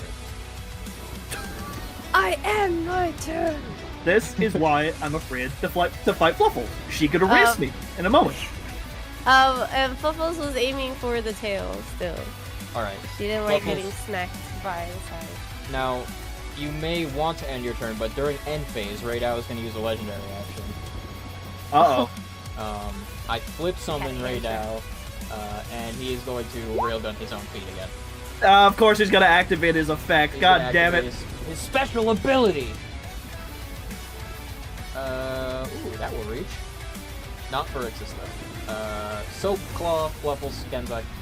That saves. It's okay because I activate my trap card! Undefeatable evasion! That's just... You just discarded Karibo, Plus bro. 4. Plus 2. I say nah to your effect. Nah. I ash blossom. Wait, no. Raydao's not adding anything to hand. He's not searching. And he's not special summoning from He's the beating deck. his Come own on. feet. He's beating his own feet. That's gonna. You can't ash that. You can't ash that. Judge? Judge? Time. Pause time. Pause timer. I'll allow it. That's cool. I'll allow it. No, wait a minute. I'm the judge. Wait.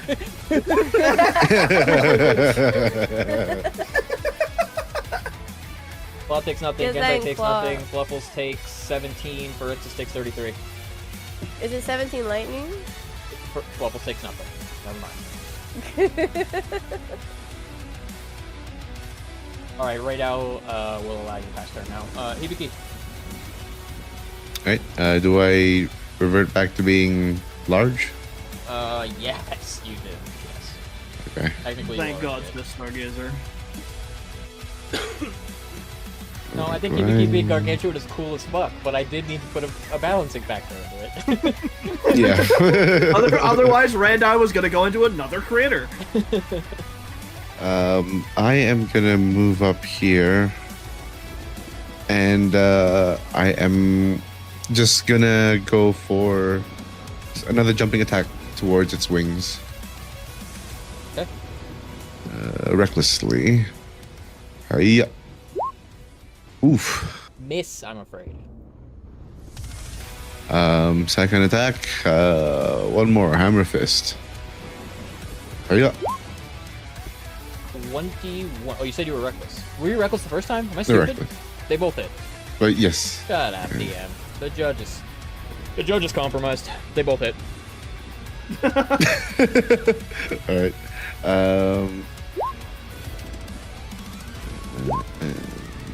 30 points even. Not even, because you have to add your rage mods and stuff, which, by the way, I don't always say it, but I always do it. Yep. Thank you. 9 more damage. Much for appreciated. the first attack you do every turn. Yep. And I guess at this point that's it for me. Alright, Raydow's turn. Activate Raydow's special effect, but first he will need to roll a d6 to recharge. Nope. In that case, he is going to horn attack Hibiki. You went reckless, it's 29 to hit. Oh yeah.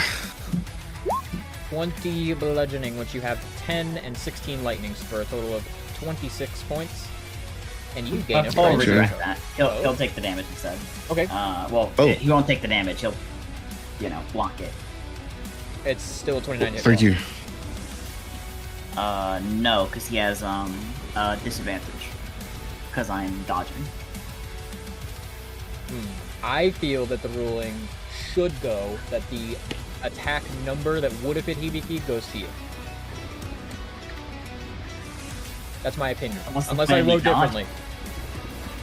What's the point of me dodging then? When an attack is supposed to go to you, there should be a disadvantage to this. It shouldn't just be the catch-all.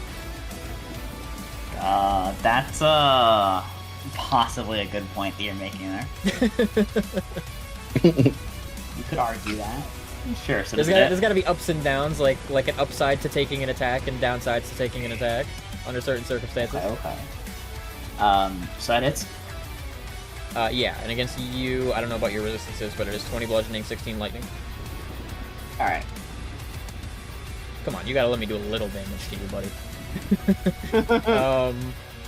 I don't do any yeah, damage you myself. don't even take any because you have a billion temporary hit points. So shut your I do have a billion stinky temporary. mouth. Look, this is a trade that I make for dealing 14 damage per turn. Okay. He sure, did like 100 damage with the meteor punch. I do 14 damage a turn. You know, I just realized the energy blade ability that I gave Claw is just the Winged Dragon of Raw. You just transfer your life points to its attack. So we have Obelisk the Tormentor and Hibiki. True. We have the Winged Dragon of Raw and Claw. And Phrixus is Slifer the Sky Dragon. There we go. Anyway, Claw, you gain a frenzy charge. And it's Raydao is going to attack Hibiki again. Who wants to kill Hibiki? 24. Yippee. Yep. 21 halved to 11 and 14 lightning damage. Okay. Gain a frenzy charge. Oof. One more Hibiki, 25 to hit. He really wants to kill Hibiki. 19, Oh yeah. 19 total points of damage, gain a frenzy charge. Hibiki's at 2 frenzy Oh, charges, Claw's that's at 1. 2. Genzai's at 1. Yeah, he's gonna fly over here. Get off of me, get off of me, get off of me. Genzai. Oh no, you don't. You get your ass back here, boy. You get the fuck over here. I mean, it's been a while. I'm super flashing. Okay. It needs to. Oh no, I still need to hit it, don't I? Yeah, you have to land an attack first. Oh boy. They're Yes! All right, it must make a strength saving throw. good. Decent choice, 18. That meets. That meets my it save. Succeeds then. Oh, well, it's still gonna take half damage. Let's see. I'll hold on to that disadvantage. Because 18 was the first roll anyway. Yeah. Hang on, I just need to. Yeah, It came so through at the same time. so that is gonna be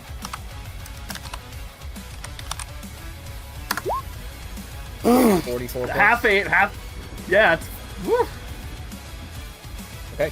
40, This one that's you actually do sever the 43. tail from the from Radau. You like throw a punch Fucking and hit its Atsugi! leg, and it spins, and then your sword whips up and like coils around the tail, and you pull it, and it just tightens and severs the tail off. And then I'll use my bonus action to give him another quick pop with the sword. Okay. 21 hits. This is your vengeance because 21 meets. Yes. There you go. There's one more quick pop straight in the face with the sword. Would you like to describe your finishing blow, sir? Yeah! Let's go. So he pulls the tail free, kind of spins the sword around as it's lashing, kind of like wraps it around its neck, kind of turns the face away from it, and then in one quick yank, just rips the head clean off of it, and then sheaths the blade. Okay. You get the in one swift motion, you get the tail, and then with this superhuman dexterous control of the length of your whip sword, it whips back around in front of you and then goes right back up around the neck, and you spin to face away from it and pull, and boom, the head is swiftly decapitated as the coils close and the sword forms back up into its normal shape, and the body tumbles to the ground and rolls a couple of times, and then there's a brief pause as this black smoke oozes out of the neck hole, and it starts to pick itself back up, and then it stumbles down and falls, ceases moving. Yeah, he turns back around to look at it stumbles, and he just goes, no, you stay down.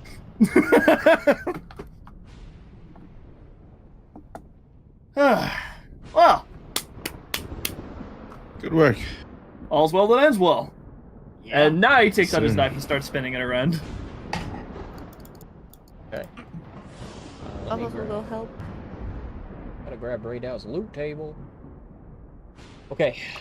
Raydow is good for 3 carves plus 1 for the tail. 3 cards plus 1 for the tail. Okay, let me just get my master's knife up real quick. Okay. Does this count as an active quest to hunt this thing? Yes. The guild hasn't authorized this. The guild. Yeah, because I was yes. gonna say it. Luna's I just Luna's wanted here. to make She's your sure. hunter. She's your handler. You guys just didn't go tell her you were doing this, but I'm gonna say Luna approves Yeah. off screen. Yeah, no, which is fair enough. That's why I wanted to double check just to see if I could get 3 extra carb checks or not. I was okay. guessing that Sia would have gone to tell them what the plan. Yeah. Yes. Yeah. So Sia went back, told Luna about it, and Luna will do the paperwork. We'll do the necessary paperwork off screen. All right, first one, hiya. Thank God Fluffles is helping. I love helping. Unfortunately, Ugh. 18 fails. Oh, Huh? oh, I'm stupid. No. Fluffles helping gives you advantage, so it's natural 20. You're right. I was thinking that Yeah. it was the 4 from Fluffles' aura. My bad. All right. Yes, natural 20. Oh my god. Wow. Let's We're go. decking God ourselves out some right damn. out gear today, baby. Surely not a third time, right? Okay. 25 Pretty close. is a success, though. Yeah. There's one more. And the tail. Oh, and the tail. I can carve that too. Yep. Ooh. 14. So, You know what? consolation prize is, to start with, the natural 1 gives you a Radau scale. These are not in the compendium. I will have to add them separately, so I'm just going to tell you what they do. Okay. Because Monster Hunter Wilds monsters are a DLC. But the scale for armor effect is high grade earplugs. While you're attuned to the armor, you can use a bonus action to conjure earplugs. You know what that does. The weapon effect is when you make a weapon attack with this weapon and roll a 20 for the attack roll, the target is deafened and can't take reactions until the start of its next turn. Ooh, neat. All right. The 25. So roll a d20 on the loot table for the 25. So I roll 2 d20s for the natural 20s, right? Start with the regular one. Start with the 1. Oh, hey, 13, not bad. 13 is a Raydao tail.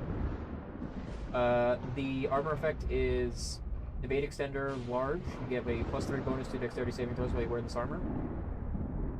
The weapon effect is the weapon has 7 runes. While holding it, you can use an action to spend 1 or more of its runes to cast the lightning bolt spell from it. For 1 rune, you cast it at 3rd level. For each additional rune, you can upcast it. Okay. All right, let's get our 2 d20s going. 22. You can take 2 11s or a. I think we combine that. Yeah, I think we take the 22. Okay, in that case, you get a Raydao Bolt Gem. The Raydao armor what effect- gem? Bolt Gem. Bolt gem. Bolt. The armor effect is you have immunity to lightning damage while you wear the armor. Additionally, when you critically succeed on a saving throw against lightning damage, you can redirect the effect at a creature within 45 feet. Oh my god. That That's creature a takes direct half the upgrade. damage that you would have taken. That's a direct upgrade to what Fluffles had.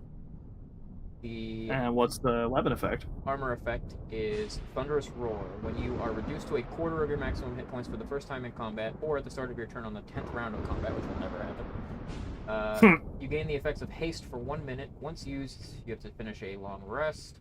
If you have 2 or more Raydao materials in your armor or weapons, this effect activates when you are reduced to 1/3 of your maximum hit points, or at the start of the 5th round. This Oh my sounds- god. Huh. Is that better than the other like haste effects? Sounds worse. It sounds worse, think yeah, that's because the one worse. Fluffles has is It's half health.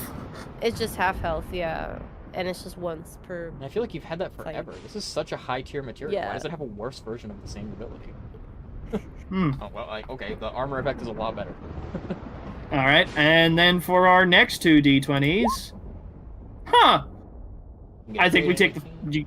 You guys think we take the 3 and the 18? Yeah, probably. I don't think we need another gem. Yeah. That was optimal because you get another scale with the 3, and the 18 gets you a Raydao plate. Ooh. Raydao plate armor effect is while wearing this armor, you can use an action to cast the haste spell from it once per day, and can target only yourself when you do so. Wait. Remember say that the time name that again? we talked with? Remember that conversation I had with you, Kohaku, about gaining access to the haste spell and how that would Wait. bust this campaign open a million Wait a fucking second. ways? Wait a second. Oh no! This is the Raydao what? They wrote it into Oh. the DLC. Uh-oh, No. he can just haste himself and give it to someone else. No, he can haste himself and give it to like everybody. He has some disgusting ability to spread spells. It's worse than you think. Oh. Wait a second. Uh-oh. This is the Raydao what? Plate. Plant. Plate. What's the Alright, weapon well- effect? Does it even matter? It's maximum life. While your hit points are full and you are not suffering from any levels of exhaustion, you deal maximum weapon damage with your attacks. Yeah, so we're giving that plate to Phyrexius. Wait, and I Wait. also have twin spell. I can just like cast it on everybody. Right. That's what I'm saying. You could designate a companion and then twin spell it, and like 4 people get haste. That's not hype. I do want to mention though that the weapon effect actually is ridiculous on Claw, by the way. Like actually That is true. stupid broken on Claw. It's It is okay, we very, just very clone good. it. We just clone it, it's fine. We'll just clone it, and then Claw will maximum might, permanent uptime. My Yeah. god. My god. I think I can hear Star shaking. It's actually really funny how like Monster Hunter relevant it is because it's actually like they patched in like Arch-Tempered Raydao and like the armor set's power crept. Damn, Raydao's materials are again, good we'll- as fuck. Well, also you rolled her spell on the cards. Yeah. Again, spins his knife around and just pockets it. Huh. Well, that takes care of that. Okay. Good hustle. You may return to Inafa. heading back through the desert. The storm does not cease after Raydao is killed. Of course, this would indicate to you that it is true. Raydao does not beckon the storm. It is not his fault. You make your way back to Kanafa. It is now, I would say, like evening. And you can head in. The storm still kind of rages outside. I don't know why I said that and then stopped the sound of the thunderstorm. I meant to do this. You head back into Kanafa, and what was that guy's name? Sumai is there, waiting for you.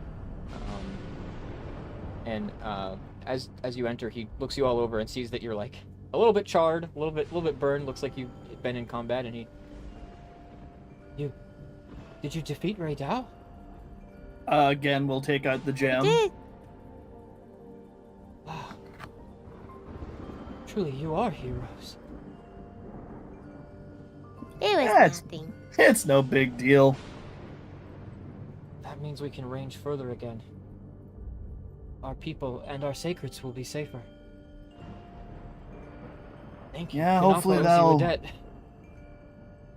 Hopefully, that'll drop the aggression of some of the monsters around the area for you. Have our friends come back? What about the White Wraith? I do not know. They haven't come here. Hmm. Well, we didn't see. Did you see any lights shoot into the sky? A flare, maybe? No, nothing like that.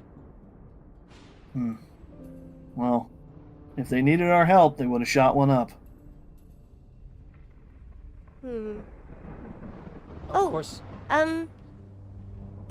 Did someone get here safely? We found someone in quicksand. Yes, one of the rangers that had gone out. We thought it might have been you that saved them. Whom else? Kanafa owes you more than I can express. If ever you need safe haven or a warm meal, you're always welcome. And of course, you may continue to use the sacreds as long as you need to. Oh, Thank thank you. you. Thank you. And we're just doing what anybody else would have done, right? Yeah. could Now I'm probably- worried about the tempest. Listen, Captain, I'm sure they're fine. Like I said, if they needed our help, we would have seen a flare by now. It's true. What if they're You in need a to remember cave? who we're. You need to remember who we're talking about here. Yeah, but what if they're in a cave? They can't shoot a flare in a cave. I mean, there was a lot of openings in those caves.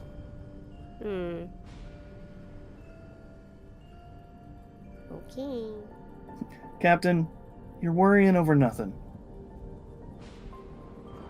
And if something does go wrong, if, not when, if, you know we'll get out to there as quick as we can and we'll give them a hand. He's gonna pat Fluffles on the head. It's gonna be alright. I know. Okay, I guess we'll rest here for a bit. And Yeah, we could at least for wait out tempest. the storm. Yeah. Beth leaves. Where are you going? Simply leaves. Is he leaving the village or just going He leaves the deeper village. into- Oh wait, Beth! Fluffles will run after him. Where are you going? Back to the ship.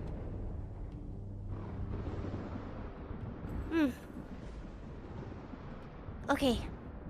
I guess we should come with you. He just turns, Huh? starts walking. Okay, guys. I guess we should wait on the ship. Alright. Okay. Can't stay in this nice town. No, Well, we gotta protect Parsley. it's You true. think he can take those guys on? Yeah, I'm sure he can. He can hold his own. Claw. I mean, You don't he was a believe in palico. parsley? It's not He that was I don't a believe in. palico, but... I don't. It's not that I don't believe in parsley, but his only backup is Aodai and Asphodel. You don't think Aodai's got him? He fought the Everyone Fatalis. Ardius. And Ardius. Ardius, And Ardius, you see? Ardius, I have faith in. The other two, not so much. He's That's pretty well crazy. guarded. He fought the As Fatalis. someone who knows all three of those dudes stat block, that is crazy. So disrespectful to Aeon. Yeah, Gant's just talking. He's just talking shit. Well, we gotta talk to Aedai about the frenzy and how are you feeling, Genji? Oh yeah, I forgot about that. Oh. Oh, did you get it too? Yeah, maybe a bit. Hibiki, how about you? Yeah. Okay. Are you sure? Wait, does Claw actually have a frenzy charge? Yeah, He has one one, frenzy yeah. charge. One charge. Claw has one. Without reaching Genzai has 3, one. they'll wear off after a bit of time. Yeah. Yeah. It's not like I haven't been frenzied before, so. Your Yeah, but immune we don't want system that is to happen better. again. Maybe this time I'll get Apexed. No, we had a lengthy conversation about how that's actually bad for you. I You do don't not have any recall. more. You don't have any more like powder to help. Yeah, we can't fix you if that happens. Why would I need to be fixed? I'm the Apex. Oh my god. Well, We went through so much strife and trouble over that whole Apex thing. Here, We let's wanna get a do it second again? opinion from Aedai. I would sure hope Aedai learned his He's lesson smart. about that. When you Okay, so let's go back to the ship. Yeah. when you return there, you catch sight of Beth climbing up the side of the ship and vanishing. The Tempests are all here. Oh. They're chilling Oh, hey, around guys. the war table. Sia's like sitting down in the sand, scribbling in her book. Utsuru turns back to face you. Oh, Nortz. Hey! Oh, again, we'll probably Hey. sketch the red dye on his way over. He'll hop off his secret and kind of like go over to see it and like, look at this. What is that? That's the Ray Dow.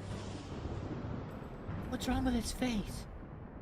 So its horns do this thing where they close in around it, and it launches lightning like some kind of amplifier through it. How come all the monsters Yeah! are such ugly little weirdos? Yeah, but they're like adorable in a weird way at the same time. Definitely. I like them a lot. Yeah. But they're so ugly. Yeah. Oh, we killed it, by the way. Oh. Well. Just as well, I suppose. Good job. Can How was confirm. the white not, wraith? not. Oh yeah. Heiki's like half sitting on the table and we found it. It didn't want to fight though. It ran. I thought they said it was aggressive. Maybe it was scared of you like it's scared of Fef. You Why? and Sia. Well, because you guys were heaven. F wasn't a revenue. No, but he did have a special something that you guys also had to contend with. The White Wraith is Maybe afraid of the Fatalis? And that's the only reason I can think of. How could it even know that? Maybe you can sense it. Is there a Fatalis in the Forbidden Lands? I hope not. Sia's book like snapped shut. Is there a Fatalis in the Forbidden Lands? I hope not. Well, there's also Frenzy here. Aedai's on the ship and he. Oh, hey. Are those frenzied coughs that I hear? Yeah. Yeah, we got the frenzy. Did you see Well, a they didn't get the Gomagala? Frenzy. They're No, we didn't see a Gormagala, but the Raydao went apex. More like it just got back up and tried to he's kill just us again. So there is a Gormagala here. Well, that's the only logical explanation. I mean, there's only really one thing that can spread the frenzy. But Genza, you didn't get the frenzy from fighting it. You got it just from meditating. Well, it wasn't really meditating. It was more like I was tapping into the energy of this land, and then I got the frenzy. Oh yeah, there was that What, weird Nate? pillar. I tapped into the energy of this land because there's no Everstream here, and I was trying to figure out how it works. And then after I used my ability to tap into it, I got a frenzy charge. He, like, immediately climbs down off the ship and walks on over to you. And you were affected by the frenzy while you were communing with the energies of the land. Uh-huh.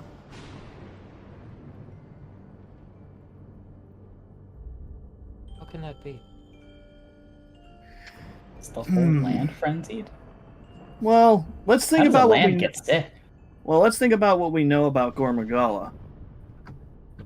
And I'm purely just thinking about the information that we've learned in all of our time, you know, with Dionia, with Ueadai, with our journeys through time and space.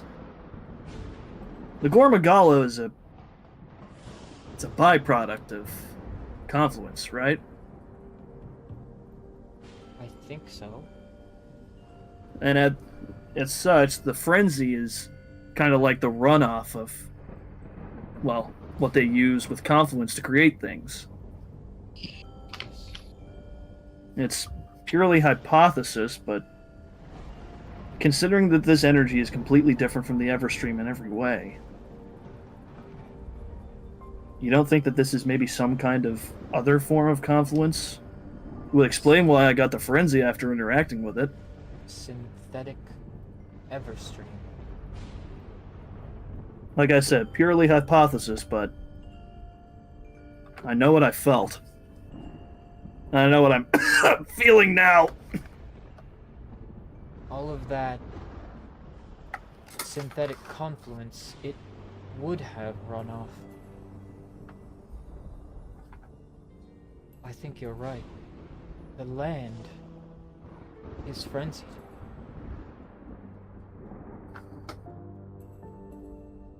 Which begs the question.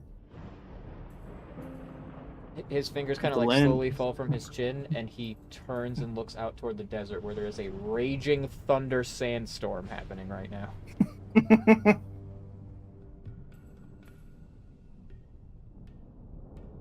I guess If the that's what land it is looks frenzied. like. If the land's frenzied, that's a lot of runoff. And eventually, when there's enough of it, what does that create?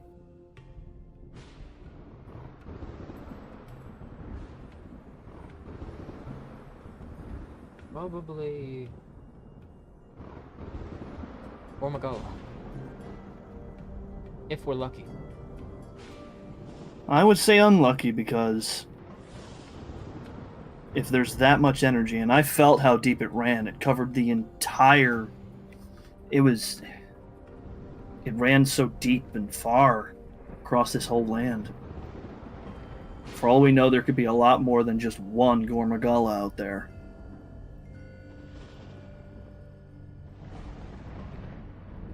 I hope you'll forgive me if I ask you to assist me in putting an end to it. Perhaps Well- today we don't stand and face something that I had a hand in, however, I do still feel a sense of responsibility. You're still trying to do the right thing. If it is Besides, so that the Gormagala should not exist, then someone must take responsibility. well, the people that caused it aren't around now, and we're here picking up their pieces. We do what we can. Besides, I made a promise to someone. We're gonna have to find a Gormagala one way or another. Because right now we're on the right track.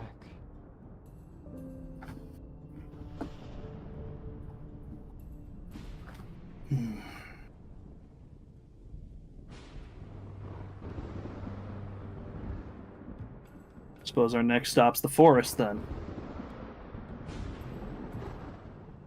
Heiki kind of sits back and, yeah. The White Wraith fled northward. Probably headed there. So we might Well. meet it there. And no doubt it'll get into a scuffle with the apex predator of that region. If we can help it, then maybe that can be our charge. We'll chase down the White Wraith. And if there's an apex predator in that region that's out of control, we'll look into it as well. It sounds like there are other places that you should be.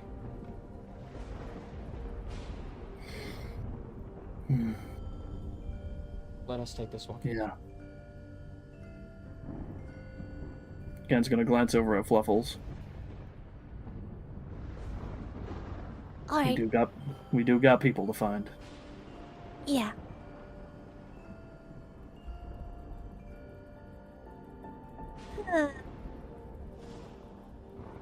For a dull moment. With us? Never. Is Fef here? Or he disappeared, right? He's Climbed not up with on us. He the went ship. up into the ship. Fuffles will go talk to him later. Okay. After You find him where you found him the first time. He's in the mess hall. Fef? What is it now?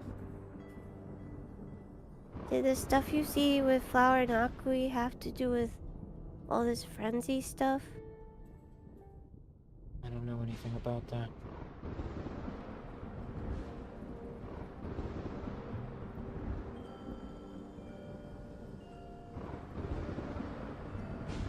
We're gonna get Flower back.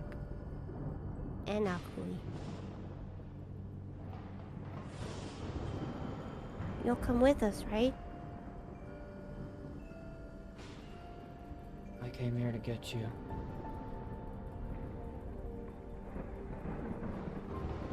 You did your job. So, now you have a choice. You looked pretty happy in the village. So I won't force you to do anything, but you're a part of the team.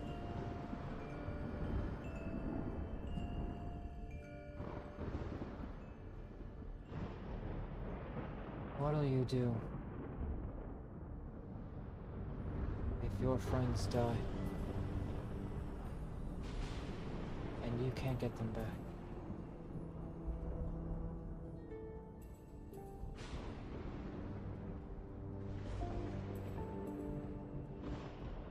If I wasn't able to save them for some reason, I'll just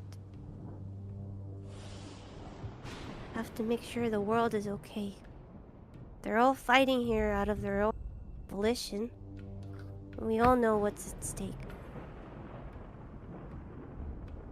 It's not good enough.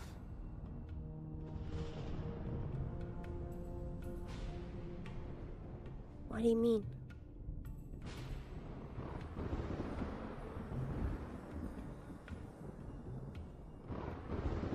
People are dying. And there's no killer. No one to take You mean- vengeance on. You mean because of luminostasis? The disease? Yeah. Well, actually, we might have an idea of why it's happening. And it's not as natural as it looks. We think it's Chrysanthemum's fault.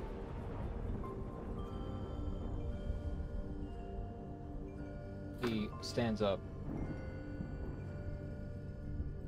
Where is she? We don't know. We're trying to figure it out. And getting through this place seems to be the way to learn that information.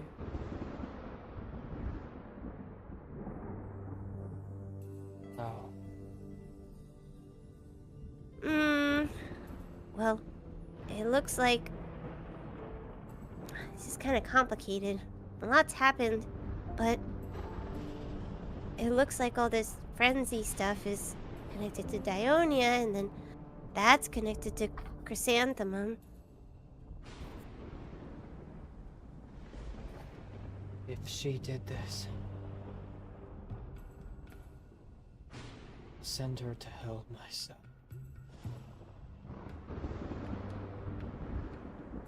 So, you're coming with us then? I always was. I said I came to get you. I thought you were gonna stop us.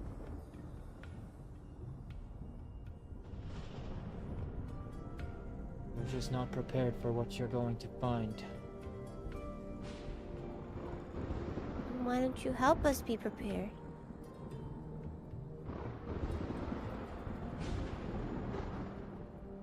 He looks... He doesn't answer, he just kind of, like, lowers his head. I won't force you to talk. But... I guess... during the time we were gone, there's a lot of things we saw. A lot of things we learned, too. We're tougher than we look.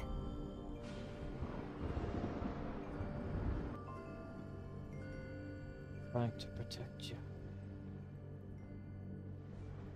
I know. But,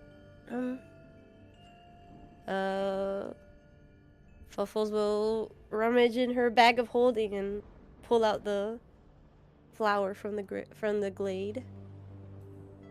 A preserved one. I gotta get this to Flower, no matter what. And then she'll pull out the journal too. And this!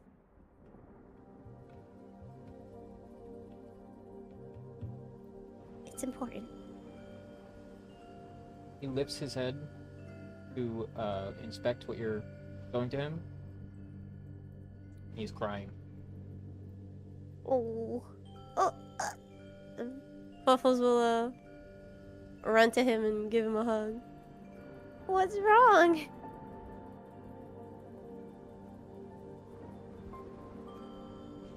She's dead. Huh? That's what we're gonna end for today. Oh my god. Good job, guys. Defeated Ray Dow. Nice. Bro. So we're jumping Star outside of the session, right? Yeah. Oh yeah. No. Yeah. Turn on the baseball stream! bats. Turn on the Yeah. stream right Bro. Turn now! on the stream right now, Star. Let's have a talk. Let me talk to you. Let we me gotta, talk to we gotta have a Damn. conversation real quick. Damn. Well, Ray Dow is Ray done. Nice one. Nice one. Good job, guys. Yeah, we Next did such a good job. Yay. Fun Isn't thing. everything so wonderful? Guys, don't worry. We'll discuss. It's okay. Don't worry. Yeah, it's Oh, all don't worry. We are gonna discuss. Turn off the stream. All right, guys. Thanks for hanging out in chat, Ghost, Crow, Jack. Appreciate you guys. Thanks for coming out. We will see you next week for episode 106. And the week after that will be the birthdiversary episode. I know what I'm doing now, and I'm extremely excited for it. Just you wait. It's gonna be the funniest thing I've ever done. Love you guys. Please Lord. take care, stay safe, be good people. We will see you next week. Bye bye. Bye-bye. Bye.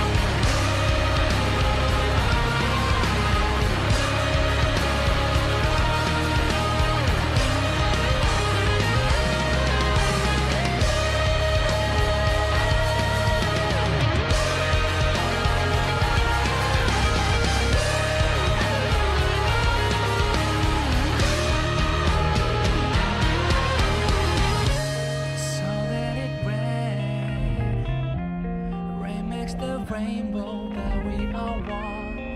I just wanna bring you